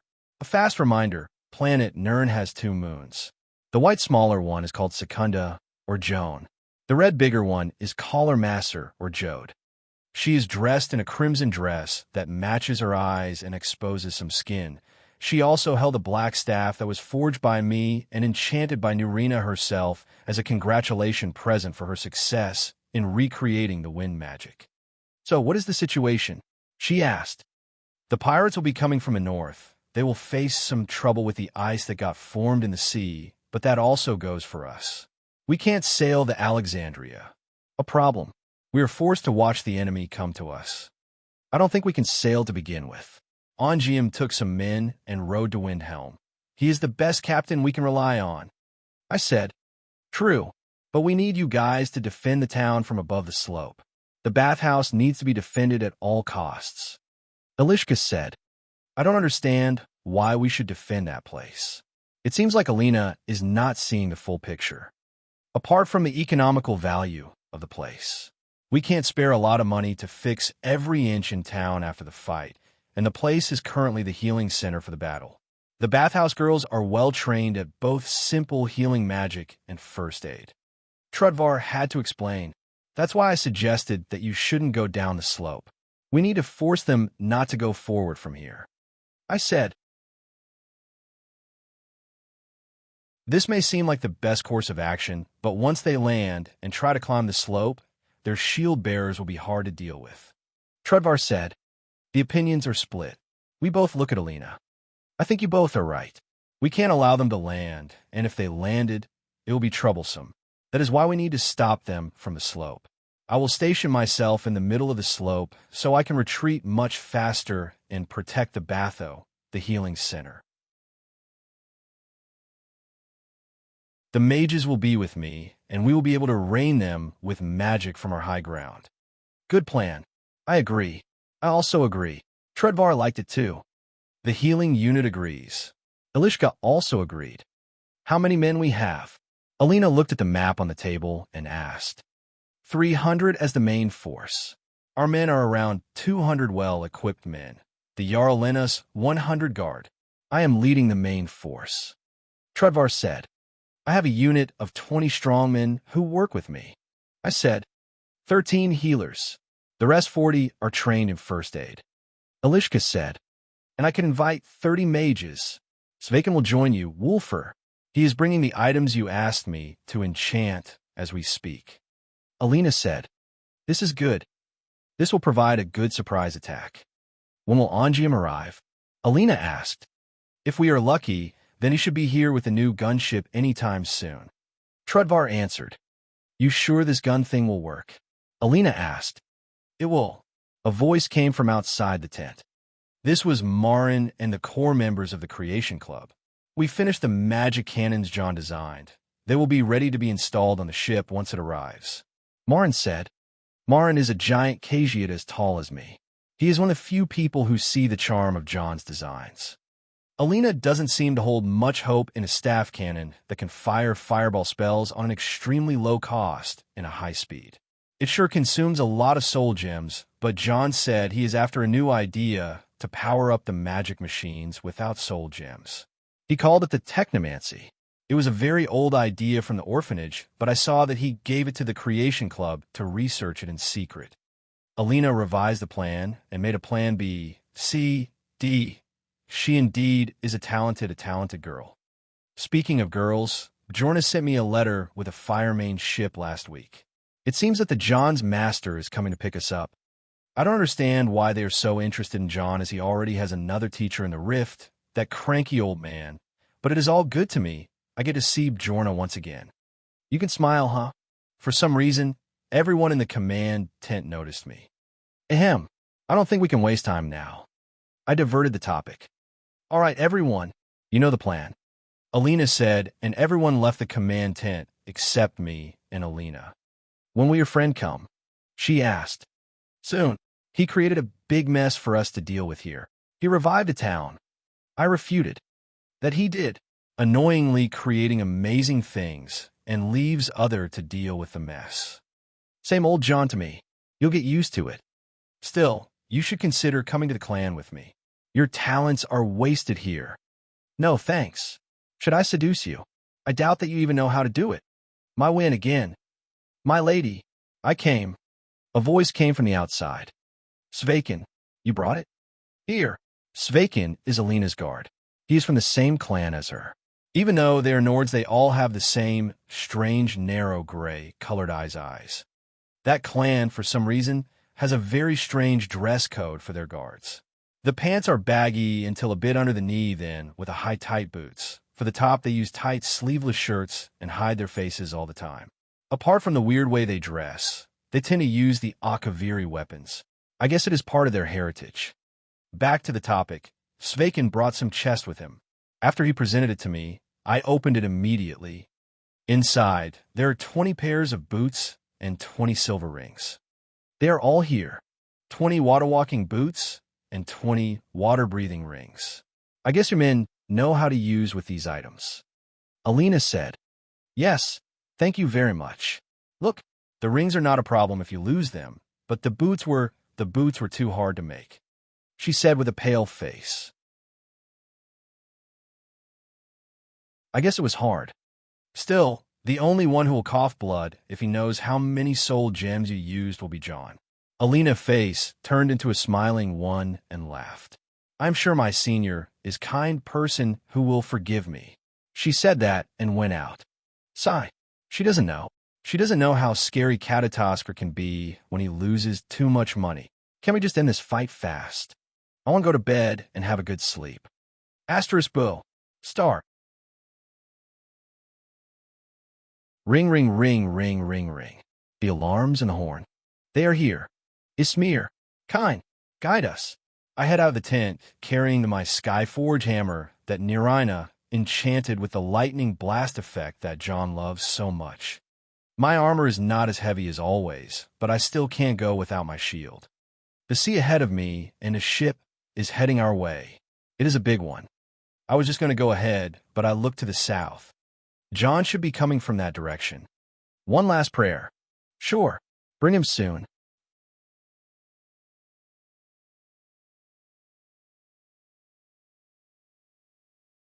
Chapter 105, Over the Sea, Above the Clouds. The extra chapters are back for both Skyrim and Real Life. To unlock them, check the goals on. We are on the second goal, 2 weekly extra chapters for Skyrim. Don't forget to vote. Enjoy Heartsuit. Wolfer's POV. Notch. Loose. Swoosh, swoosh, swoosh, swoosh. Again. He's hit. Help. A scream sounded. Don't break the formation. Rear troops, take him to the infirmary. Trudvar, the leader of the front, shouted. Trudvar, they are coming. Another ship. What? One more? Wolfer. What should we do? Wolfer. Trudvar called to me. Don't retreat. We'll take care of that. God's guide you, Wolfer. This situation. How did it become like this? It was one ship at the beginning. We managed to repel it easily, and it didn't land. Then another ship appeared. It stationed itself behind the first ship and threw burning oil kegs at us. That ship had a catapult in its foredeck. And now a third, smaller ship appeared. It came from between the rocky waters to the west and started covering the first ship with arrows. Now, we are the ones retreating. These pirates. Wolfer. The lady is retreating to protect the infirmary. Some boats landed to the east and are trying to sneak into the town. Sveikin appeared out of nowhere. Shit. Take some archers and cover her place. Retreat on the slope to the second defensive line. That's all I can think of. Now, I should at least lessen the burden while the front retreats. I looked at my 20 apprentices and called for them. These guys are the ones who assist with me in the workshop. You guys know what to do. The boots you have and the rings will allow us to take that small ship by surprise. Yeah. Good. Their spirits are high. Now, we have one ship trying to land, one small ship attacking us with archers, another small ship with a catapult that throws burning oil on the shore, and now some pirates landed with boats. Only the mages can block the catapult, and Alina is the strongest with her wind magic. But now she was forced to retreat. Damn it. If I can take down the small ship of archers, I'll be so damn satisfied. On me, I called for the men, and we ran towards the shore. Normal, no one can do anything in a situation like that, but we were prepared. Activate the boots. With that order, the 20 did what I said. We are all blacksmiths here, so everyone at least knows how to use a magical item. The moment we arrived at the water, our boots carried us as if we were walking on land. A bit slippery, but we managed. The enemies on the ship didn't take notice US or didn't really care before we walk on the water. Once we walked on the water, we had their full attention. Shoot them. Bastard mages. They walk on water. Their arrows started focusing on us. Hee hee. What of it? Shields up. I gave a command. Our run on the water was swift. They can't stop us here anymore. Even the volley of arrows was useless against the big round shields. We could reach the ship's hull in less than a minute. Everyone is safe. Dome formation. Once I gave the order, all shields cover the squad. The ship was moving slowly. Ha! Bang, bang, bang. With the thunder hammer in my hands, I started hitting the hull. My goal was simple. Open the hull, destroy them from within, sink the ship. Against a magic weapon, the hull was nothing. Only a few hits, and a hole was opened. We flooded the ship from the inside. The pirates couldn't put much resistance in this sort of a situation. I guess no one was ever trained on facing armored strongmen, breaking into the ship from the hull. The attack was successful. The captain of the ship tried desperately to land, but he could only crush on the rocks ahead of the shore. We 20 slaughtered them like sheeps. One problem down, 3 to go. I shouted to let the men know there is no time to rest. Boo-boo. The horn? Why? Sea Chief. One of my men called. What? You didn't have to jinx it, he said as he pointed towards the sea. Our problems returned 4 again. That's one big 4th problem. Alina's POV, a little while ago. Sveikin, tell Wolfer I am retreating to the east of town. He need to cover this place with someone. Yes, my lady. I'll go and calm. No, they need you here. I am not going alone. But, no buts. Follow what Wolfer tells you. I shouted at him. He nodded and ran down the slope. Senior Rusning, Svedal, and Holman, please cover the area ahead. I understand. Senior Rusning complied. I can't order these 3 around as they are about to become scholars. So I had to go out of my way and request. Morbagog, Marin, and Yisra, you 3 with me. As fellow students from the same rank, I can boss them around a bit. The situation is not good. We were surrounded by the pirates from the front. The mage unit was the best counter to keep the ships at bay, while the ground unit was enough to secure the area ahead. Now, the ground unit can't hold their ground due to the heavy attack. And now we are being attacked from behind. The mage unit will face destruction, or the infirmary and bathhouse will be endangered. I will have to deal with that myself. I took the slope back to the town and headed to the western area. The place beyond the western area was an open land of snow. A half of a mile away, a unit of 50 pirates can be spotted. They were some fast light infantrymen. Everyone, don't hold back. We summoned the flame horse Atronachs and rode against the infantrymen. The plan was simple. The first attack should be a strong, devastating one. Every one of us called their best spell and overcharged it to the extreme. My spell is Wind Cyclone. It won't leave anything in place once it strikes. Riders coming. Captain, shoot them.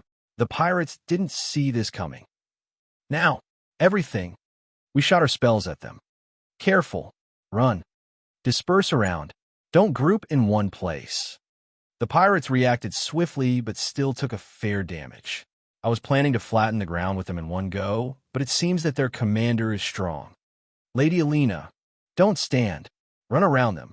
The Atronachs won't tire, so make use of it. As the plan was going, we started going around the pirates in an attack with magic.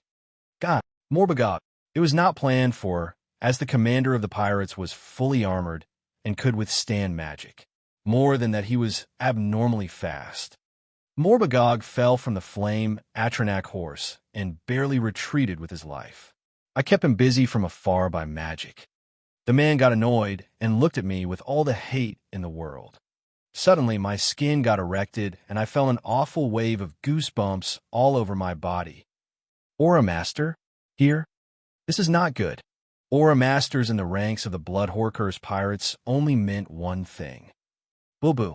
Another horn. It only means another ship. I looked at the man who started to smile. Damn it. I could understand who are we up against now. My next words marked the start of a bitter day. Retreat to the town. The Bloodsails clan has arrived. John's POV that morning.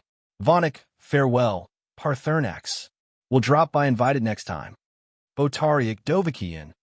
Parthernax said in his ancient, deep, draconic voice and flew back to the summit he meditates on. Hey, Joel, keep that thing with you. What is that? A pickaxe? Not just any pickaxe. It is the notched pickaxe. Something ancient. A gift for Wolfer. How very thoughtful of you. You meet your friend after a year, and all you give him is a pickaxe? This girl. Let's get ready. The road down won't be easy. Yes, we have made some old men seriously angry at us now. I think you misunderstood something. Parthernax said that enemies are coming for Winterhold. We can't afford to take a way full of turns. I don't understand. She doesn't. Well, isn't the shortest way to a point is to take a straight line? I know that, genius. But we are on the throat of the bloody world. Don't we have to G? You can't be serious? As she was speaking, I conjured a flame Atronach hawk. Hey, wait. You are not doing it that way. Unfortunately, when I got reincarnated here, the function of the fast travel didn't get reincarnated with me. So, I'll have to turn to the extreme measures. Count me out. I am young and beautiful and stee. Whoa, put me down. Hummin, let go. Meow Nyack coming. Sorry, girls. This is something we all have to experience. I carried the two troublemakers and put them on the hawk, then climbed after them. Ho, ho, ho. Spread your wings and glide us all the way to Winterhold. Naya. Don't Wanya. Dragon. Do something. John. I swear, don't do it. It's fun, ladies. The secret in the seat belts, but we don't have any. No go. The hawk took a few steps and flew up a bit. Once it got enough altitude, it headed over the summit to the north with the fastest speed it can get. Naya. No. Let's just say this turned out to be a very good idea in the end. During the flight, I could remember something when I was between the clouds. Something Hilda wrote in her journal. I'm above the clouds, Hilda.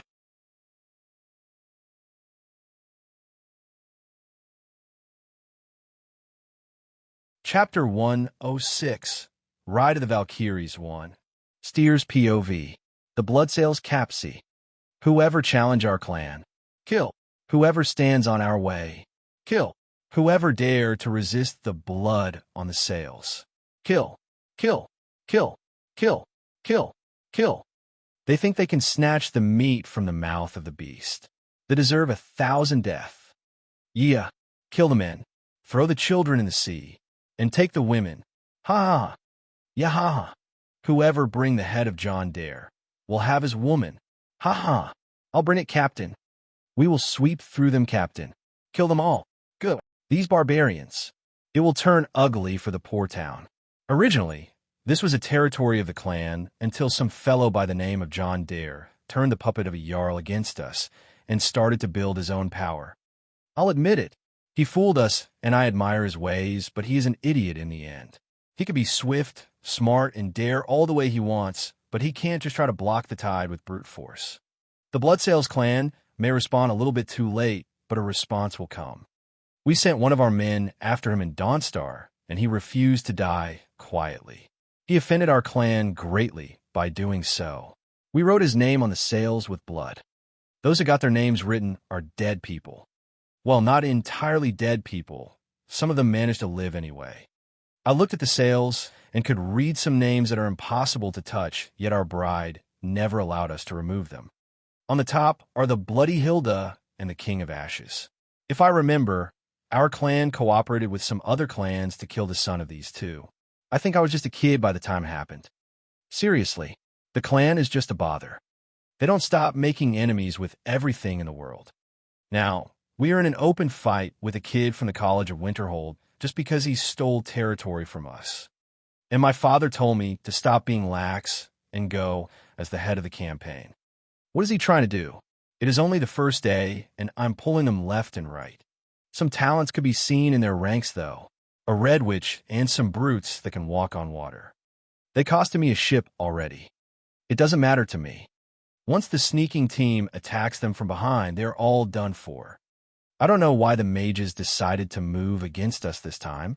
I know that this John Dare is a mage and can't be ordered around by the college's administration because he's being protected by some strong mage. Lucky for me, that mage can't join the fray because she seems to be a core member of the college. They don't interfere with us hidden clans, as they can be considered one. Captain Steer, should we move now? Some asked me, what is the situation ahead? Karstag landed with the boats you sent him with. The red, which retreated. How sad. She won't live. I pondered for a while. Fine, let's move. The main ship started to move.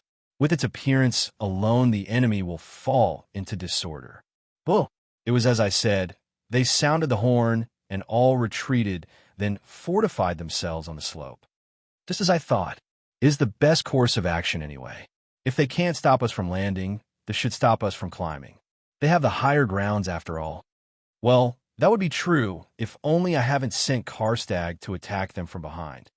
Tell the front ship to kill those men who can walk on water and prepare to land. Tell them to wait for us and keep Dista. Oh, Karstag is here. Tell them to head to the shores immediately. Karstag's men will attack from the back the moment we attack from the front. Hurry, hurry. I saw Karstag standing above the slope, and it seems the enemies haven't noticed him yet. Good. I was worried a bit from that red witch, but it seemed he killed her. This battle is over. Signal the first ship to land and secure the shore. Yes, Captain. The catapult ship. I wanted to go deeper and clean the slope from those rebels. By your orders, Captain. We, the main force in the third ship, will wait to go full ahead once they kill each other. Understood, Captain. Don't disappoint me. Everyone to their stations. We are reclaiming Winterhold. Yes, that was not a rad battle. The rebels showed a good fight, but in the end they're just rebels in our territory. I don't take pleasure in this, but they have forced us to do so. Captain, something happened to Karstag. Yeah, he was fine just now. He just gave us a signal that he managed to sneak on the town. Now we have him cornered. What can possibly happen to him? I took the spyglass that my quartermaster offered me and looked at his direction. Dead. How? When? Oh no, the first ship is sailing into an ambush. Damn it. They can't be stopped anymore. We need to rush to their aid. Asterisk moo. Sea star. Huh, what is that? Where is it coming from? Music. Ride of the Valkyrie. Music. Strange? How can there be something like that in the sea? Captain, the sky. One of my sailor pointed to the sky. What now? These birds. Huh, what's with them? I used the spyglass once again, and what I saw made all my body go tense. What kind of sorcery is that? These birds are made of fire, and they're the source of that strange music. I don't understand. They are flying in formation. 3 of them are heading to the first ship, 3 are heading to the second, and boom, boom, boom, boom. What is going on? Attack! We are under attack, Captain. Where is it coming from? Captain, it is from that faraway ship. Ow! What kind of? It's fire, Captain. They are shooting fire on us like mages. Fire? From that distance. Ah, they are shooting again. Take cover! I shouted to warn the crew. Music. Ride of the Valkyrie. That music is nearer louder. The burning birds are already over our heads. Captain, look. One of the crewmen pointed at the sky again. The 6 birds over the other ships started making weird moves and suddenly changed from their forms into massive chunks of fire. No! And they fell on the 2 ships. Asterisk kaboom. Asterisk asterisk kaboom. Asterisk asterisk kaboom. Asterisk asterisk kaboom. Asterisk asterisk kaboom. Asterisk asterisk kaboom. Star. What I saw was indescribable. The 2 ships in the front were no more. The strange ship kept attacking us, but my head had already stopped processing what is going around me. All I could see is the last bird hovering over my ship. When is it going to fall? Chirp, chirp, chirp, chirp, chirp. My expectations betrayed me. Only a blue light with sounds of chirping came from above the bird. Suddenly, a man appeared over the bird and jumped down from it. His body was giving a blue light as if he was the source of it all along. Once he was in the air, he fell directly on my ship. Asterisk boom. Star. All the ship dangled from that landing. He fell down like bolt of lightning and caused a massive damage to the ship and the crew around where he landed. Once the dangling tensed down, I could see a hooded man in a strange fur armor with a sleeveless mage robe on it. He looked like a barbarian warrior and a storm mage both in the same time. He landed in a kneeling position on his right knee and right fist. He moved his sight to look at us with a fierce smile. Superhero landing. Huh, it sure hurts like hell. Anyway, Daddy is home, bitches. Alina's POV, a while ago. Why? Why do we have to meet an aura master here? He ran like the wind after us and managed to block our way. Now, he is between us and the town. If we ran to different directions, he will just go and wreak havoc in the town. If we faced him, we will pay a hefty price to put him down. But the problem is that his men who are still coming are not far away. Damn it. Take him down as fast as possible. We can't afford him to live. This was the only solution I can think of. Hee hee. Little girl, don't overestimate yourself. The man laughed in a disgusting manner as he took out 2 swords. 2 swords? Against a moonblade? You're testing my honor. I jumped down from the flame Atronak horse and cast a bound sword on each hand. Hee hee. Girl, you are courting death, the man said as he slashed with his swords at me. Surprisingly, I could evade easily. All he can do is just wave around the blades with no understanding to them at all. How vulgar. I could slash at him a few times, but an aura master is an aura master after all. All I could do is to delay him for the rest to recover their magicka. Alina, they're coming. I'll hold them down. Take care of them. I was not confident, but I will at least buy them a minute. Playtime is over, little girl. The man said so, and all I could feel was myself flying backward. He was playing me the whole time. How frustrating. I could hear Yisra fighting the rest of the pirates and calling for me. Their situation is bad. I need to. You should worry about yourself. Ah, the man kicked me, and it felt so painful. It felt like I am being shattered. I would have taken you to the young master, but it seems your kind of woman would cause us nothing but headache. Just thank me, I'm killing you quickly. The man raised his sword and, no, MIAOW. Huh. Instead of taking the stab, I heard a cat growling. Ah, ah, ah. Let go. Let go. Help the captain. Hurry. What's going on? Wah. Undead. Run. What is happening? I could open my eyes and manage to see the scene around me. Yeah. The man I was fighting is being bitten and scratches by a large black cat. It's almost at the size of a wolf. The man's legs and torso were riddled with arrows. Where are they coming from? And why are there undead around me? The undead are armored and attacking the pirates. Are you okay? A feminine voice called for me. I looked at the direction, and it seemed like a girl in a hood with gray skin and one sharp eye. The other eye is hidden under her hair. So cool. She is so beautiful. She had a bow in her hand, so I guess she is the one who shot the pirate man. Amazing. She put down an aura master with that strange cat. I am fine. Thank you. I took the hand she offered. Looks like everything is over here, Yisra. Jelener. Jelener? John Dare's follower. Where are the cannons? Ah, they are behind the bathhouse. Fine. Ongium has arrived with the new ship. Take this staff. With it you can command these undead to carry the cannons to the ship. Undead. Staff. Team leader orders. Oh, John said so? Yes. There is no time. A big ship is coming, and we need the weapons to stop it. I heard the conversation, and my head had some hard time to process it. Wait, where's John Dare? I interrupted and asked. The girl called Jelener and the cat froze at the same time and looked at me. Making an appearance, they said. The cat said?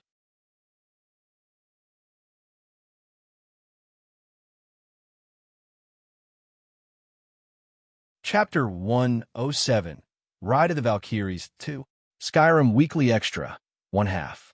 Enjoy Heartsuit. John's POV. This looks bad. The pirate commander is one crafty son of gun. He played my men left and right. I've sent Jelener and Nefertiti to help Yisra, Marin, Morbagog, and that red girl with them. The enemy they are facing is troublesome. From what I saw with Far Vision spell, the team of 4 was being chased and got stopped by an Aura Master. Soon they will be flanked and get overpowered with numbers. That's why I sent Jelener with some Wrathmen to finish things and pick the cannons up. Ongium seemed to have arrived, but he couldn't go near the shore as the battle was already hectic enough. He barely has enough men to sail the gunship. On the other hand, the pirates were getting prepared for the final assault. They were probably planning to assault my men from the front and the back by a surprise attack from a sneaking. Oh, they are finished already. Jelener is helping the red girl to stand up in a super cool way. That should have been me, but... Oh, so jealous. Hand off my Joel. Never mind that now. I am preparing for my grand appearance. I am arriving to the battle this late, so I should look as cool and majestic as possible. Many scenarios in my head right now. Can't even decide which music theme to go with. Should I go with some death metal, or... No, the world is not ready for that yet. System, any suggestions? Less than 168 results. Oh, you're even making it harder. Show me the top 5 results. Play button TSV, Skyrim theme music. Play button Pirates of the Caribbean theme music. Play button Victory is Ours, War Thunder. Play button Immigrant Song, Led Zeppelin. Play button Ride of the Valkyries, Richard Wagner. Oh, nice choices. Skyrim theme? Nope, not this time. Pirates of the Caribbean theme? Can do.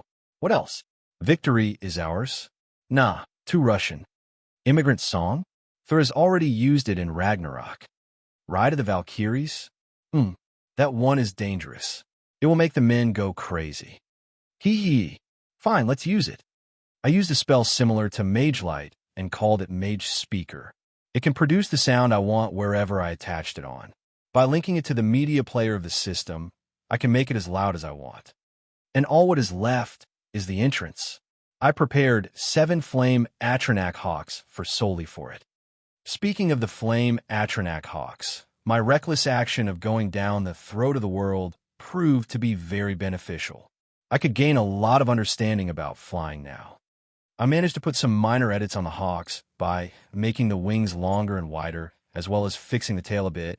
I managed to make a flame Atronak hawk that can fly higher than I could do before. Now, I guess I can fly over the altitude 100 meter with no problems. I also added a new function to the flame Atronachs. It was already there, but I made it more intense. Whenever a Fom Atronak gets destroyed, its body explodes. So I thought, why not to tweak a little bit? It was an old idea, but I could do it better this time now that I have a spell like Meteor in a hawk form for the Atronak.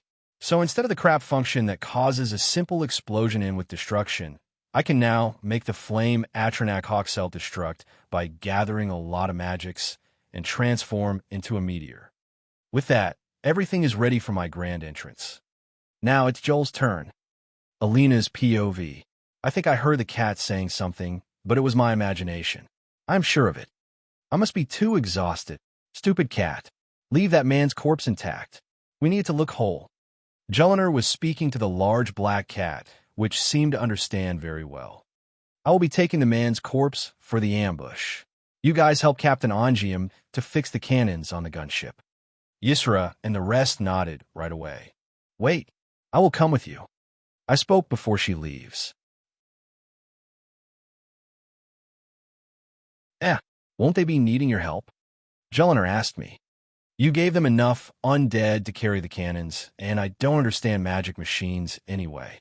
Fine, we should move fast. She said that and evoked a conjuration spell. So she will conjure a flame Atronak horse. Huh? I shouldn't lose in that. I also conjured one, but when both appeared, I felt something can't be compared. Her horse was tall and nimble, much different than my bulky horse.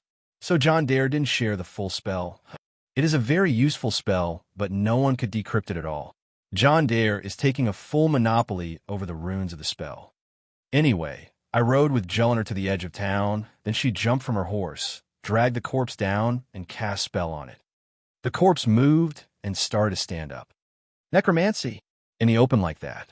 She sure is bold. The corpse seemed to be hard to control, as Jelinar was using a lot of magic to control it. I guess the corpse of an Aura Master should be a bit hard to control. It is still filled with residual energy from the soul. Just as she could control it, she made the corpse walk to the edge of the slope and waved to the pirate ships. Wait, what does this mean? I suddenly freaked out. Why are they telling the pirates to attack us? Just wait for it. Any time now. She was so focused on something and didn't look at me. Music. Ride of the Valkyries. Huh, what is that? Music, what is going on? He's coming. Jelinar said. By he could be. John Dare. Yes. The music is his first move. Ow. How can he make music by magic? The spell he calls Mage Speaker, the same idea of Mage Light, but the aspect is sound not light. Wait. What? Is that even possible? My head hurts. I knew John Dare is a genius researcher, so I should try to not get surprised from now on. Music getting louder. The music sounds nice. To produce such music with magic, I don't think that is actually possible. What secrets are you hiding, John Dare? Everyone, the boss is back. Suddenly, Jelinar let go of the corpse that collapsed and shouted at the men on the slope. By that time, the first ship of the pirates started moving to the shore. But some strange phenomenon occurred. The men were. The boss. He is back. Finally, we are saved. Asterisob. I thought I was a goner. Let's show these pirates. Hey, listen. That sound. Wait, is there a bard? I don't know. I just hear it, and I want to fight. Look at that. By the gods. Burning birds. Yes, they are making the music. Burning birds. Like the burning horses the mages use. I know. I used to live in this town before you guys. The first one who rode the burning horses was the boss. He then taught it to the other mages. Wait, you are saying those burning birds are the new creatures the boss can make? Gods, the boss became stronger once again? Ismir's beard. We will sweep those pirates like nothing. Yeah, the boss is back. We can't be afraid. Music getting even louder.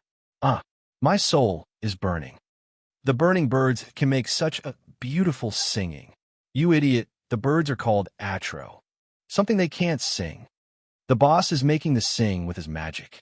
Is it like the battle bards and the skalds of old? I knew the boss is mighty. I can't stop. I want to kill 100 pirate now. Here he comes. The boss is riding a burning bird. Shore's bones. The boss is flying. Follow the boss. Yeah, for the boss. Samgard. What in oblivion is happening? The men who were fighting since the morning are getting crazy. What's wrong with them? We can't stay lax. Leave me. I am all healed. Follow the boss. Sovian cough cough, Sovian grade cough cough. Wait, these guys were in the infirmary? Why are they coming out? They are all beaten up. Ha ha ha. Oh girl, did you see that man? This is your boss, the man him. The man we follow. Cut his enemies to pieces. Attack. Even Jelliner, who was calm, like a silent hunter a moment ago, became like this. Was it John Dare? Or the music? This is dangerous. This town is nuts. Red girl. Jelliner looked at me with a fierce smile. It's Alina. I refuted. Alina. Beautiful name. I feel you are a strong mage. I am John's partner, but he's going to make a strong attack from the air now. Let's support each other. What sort of fighting spirit is that? She is even crazier than the other people. Why, yes. Let's go. I was shaken by her fighting spirit. Men, follow me. She shouted and rushed down the slope. It's Jelliner. Lady Jelliner, you idiot. Follow the lady boss. Kill the pirates. Kill them all. I followed Jelliner, and part of her madness started getting to me. At first, I just wanted to defend the people, but there was something missing. When I led the men with Wolfer and the others, we were focused on defending the town. But John Dare and Jelliner offered the people another alternative. Don't kill the enemies to repel them. Kill the enemies to annihilate them. This is just crazy. It may seem wrong to needlessly kill, but it is more wrong to kill half-heartedly. I was wrong, huh? I looked at the girl in front of me who was shouting at the men to rally up. I looked at the man who is riding an Atronak hawk. I get it. I so get it. That is what I am looking for. They are strong. So strong. They are as strong as Darth Vader. Maybe even stronger. I want to see it. The flame Atronak hawks flew after John Dare's hawk in a formation where John Dare was in its center and then flew near the enemy ships. Suddenly, the 6 of the flame Atronak hawks around John Dare slowed down and straight, changing then turned into huge chunks of fire. They fell on the 2 ships near the shore. Asterisk kaboom. Asterisk, asterisk kaboom. Asterisk, asterisk kaboom. Asterisk, asterisk kaboom. Asterisk, asterisk kaboom. Asterisk, asterisk kaboom. Star. You gotta be kidding. The ships are no more. They cease to exist. This power. No mercy. No forgiveness. I was shaken to my core. I felt it in my soul. The pirates who managed to jump from the ships and reach the shore were all massacred by the arrows of Jelliner and the axes of the men. I didn't even have the time to cast magic. To think his appearance wouldn't just turn the tide, but sweep the whole damn rise. What more can you do, John Dare? Show me. In the name of Kine, I, Alina Moonblade, shall witness it all. As if he heard me, he turned his hawk and flew to the main enemy ship. Alone. So tyrannical. He's going to do it like. Boom. No. He jumped and used shock magic to fall like a bolt of lightning. The ship he fell on shook and screams echoed. This is madness. He is facing them alone. I wondered out loud. It is useless to outnumber him, but let's take no chances. Jelliner replied, then looked around. Trudvar, bring us a ship. Lady Jelliner. The Alexandria is there. Good. We're going after John. That you're tuning in to the Warrior Lore YouTube channel. Don't forget to subscribe and join us on this journey to catch the most captivating stories.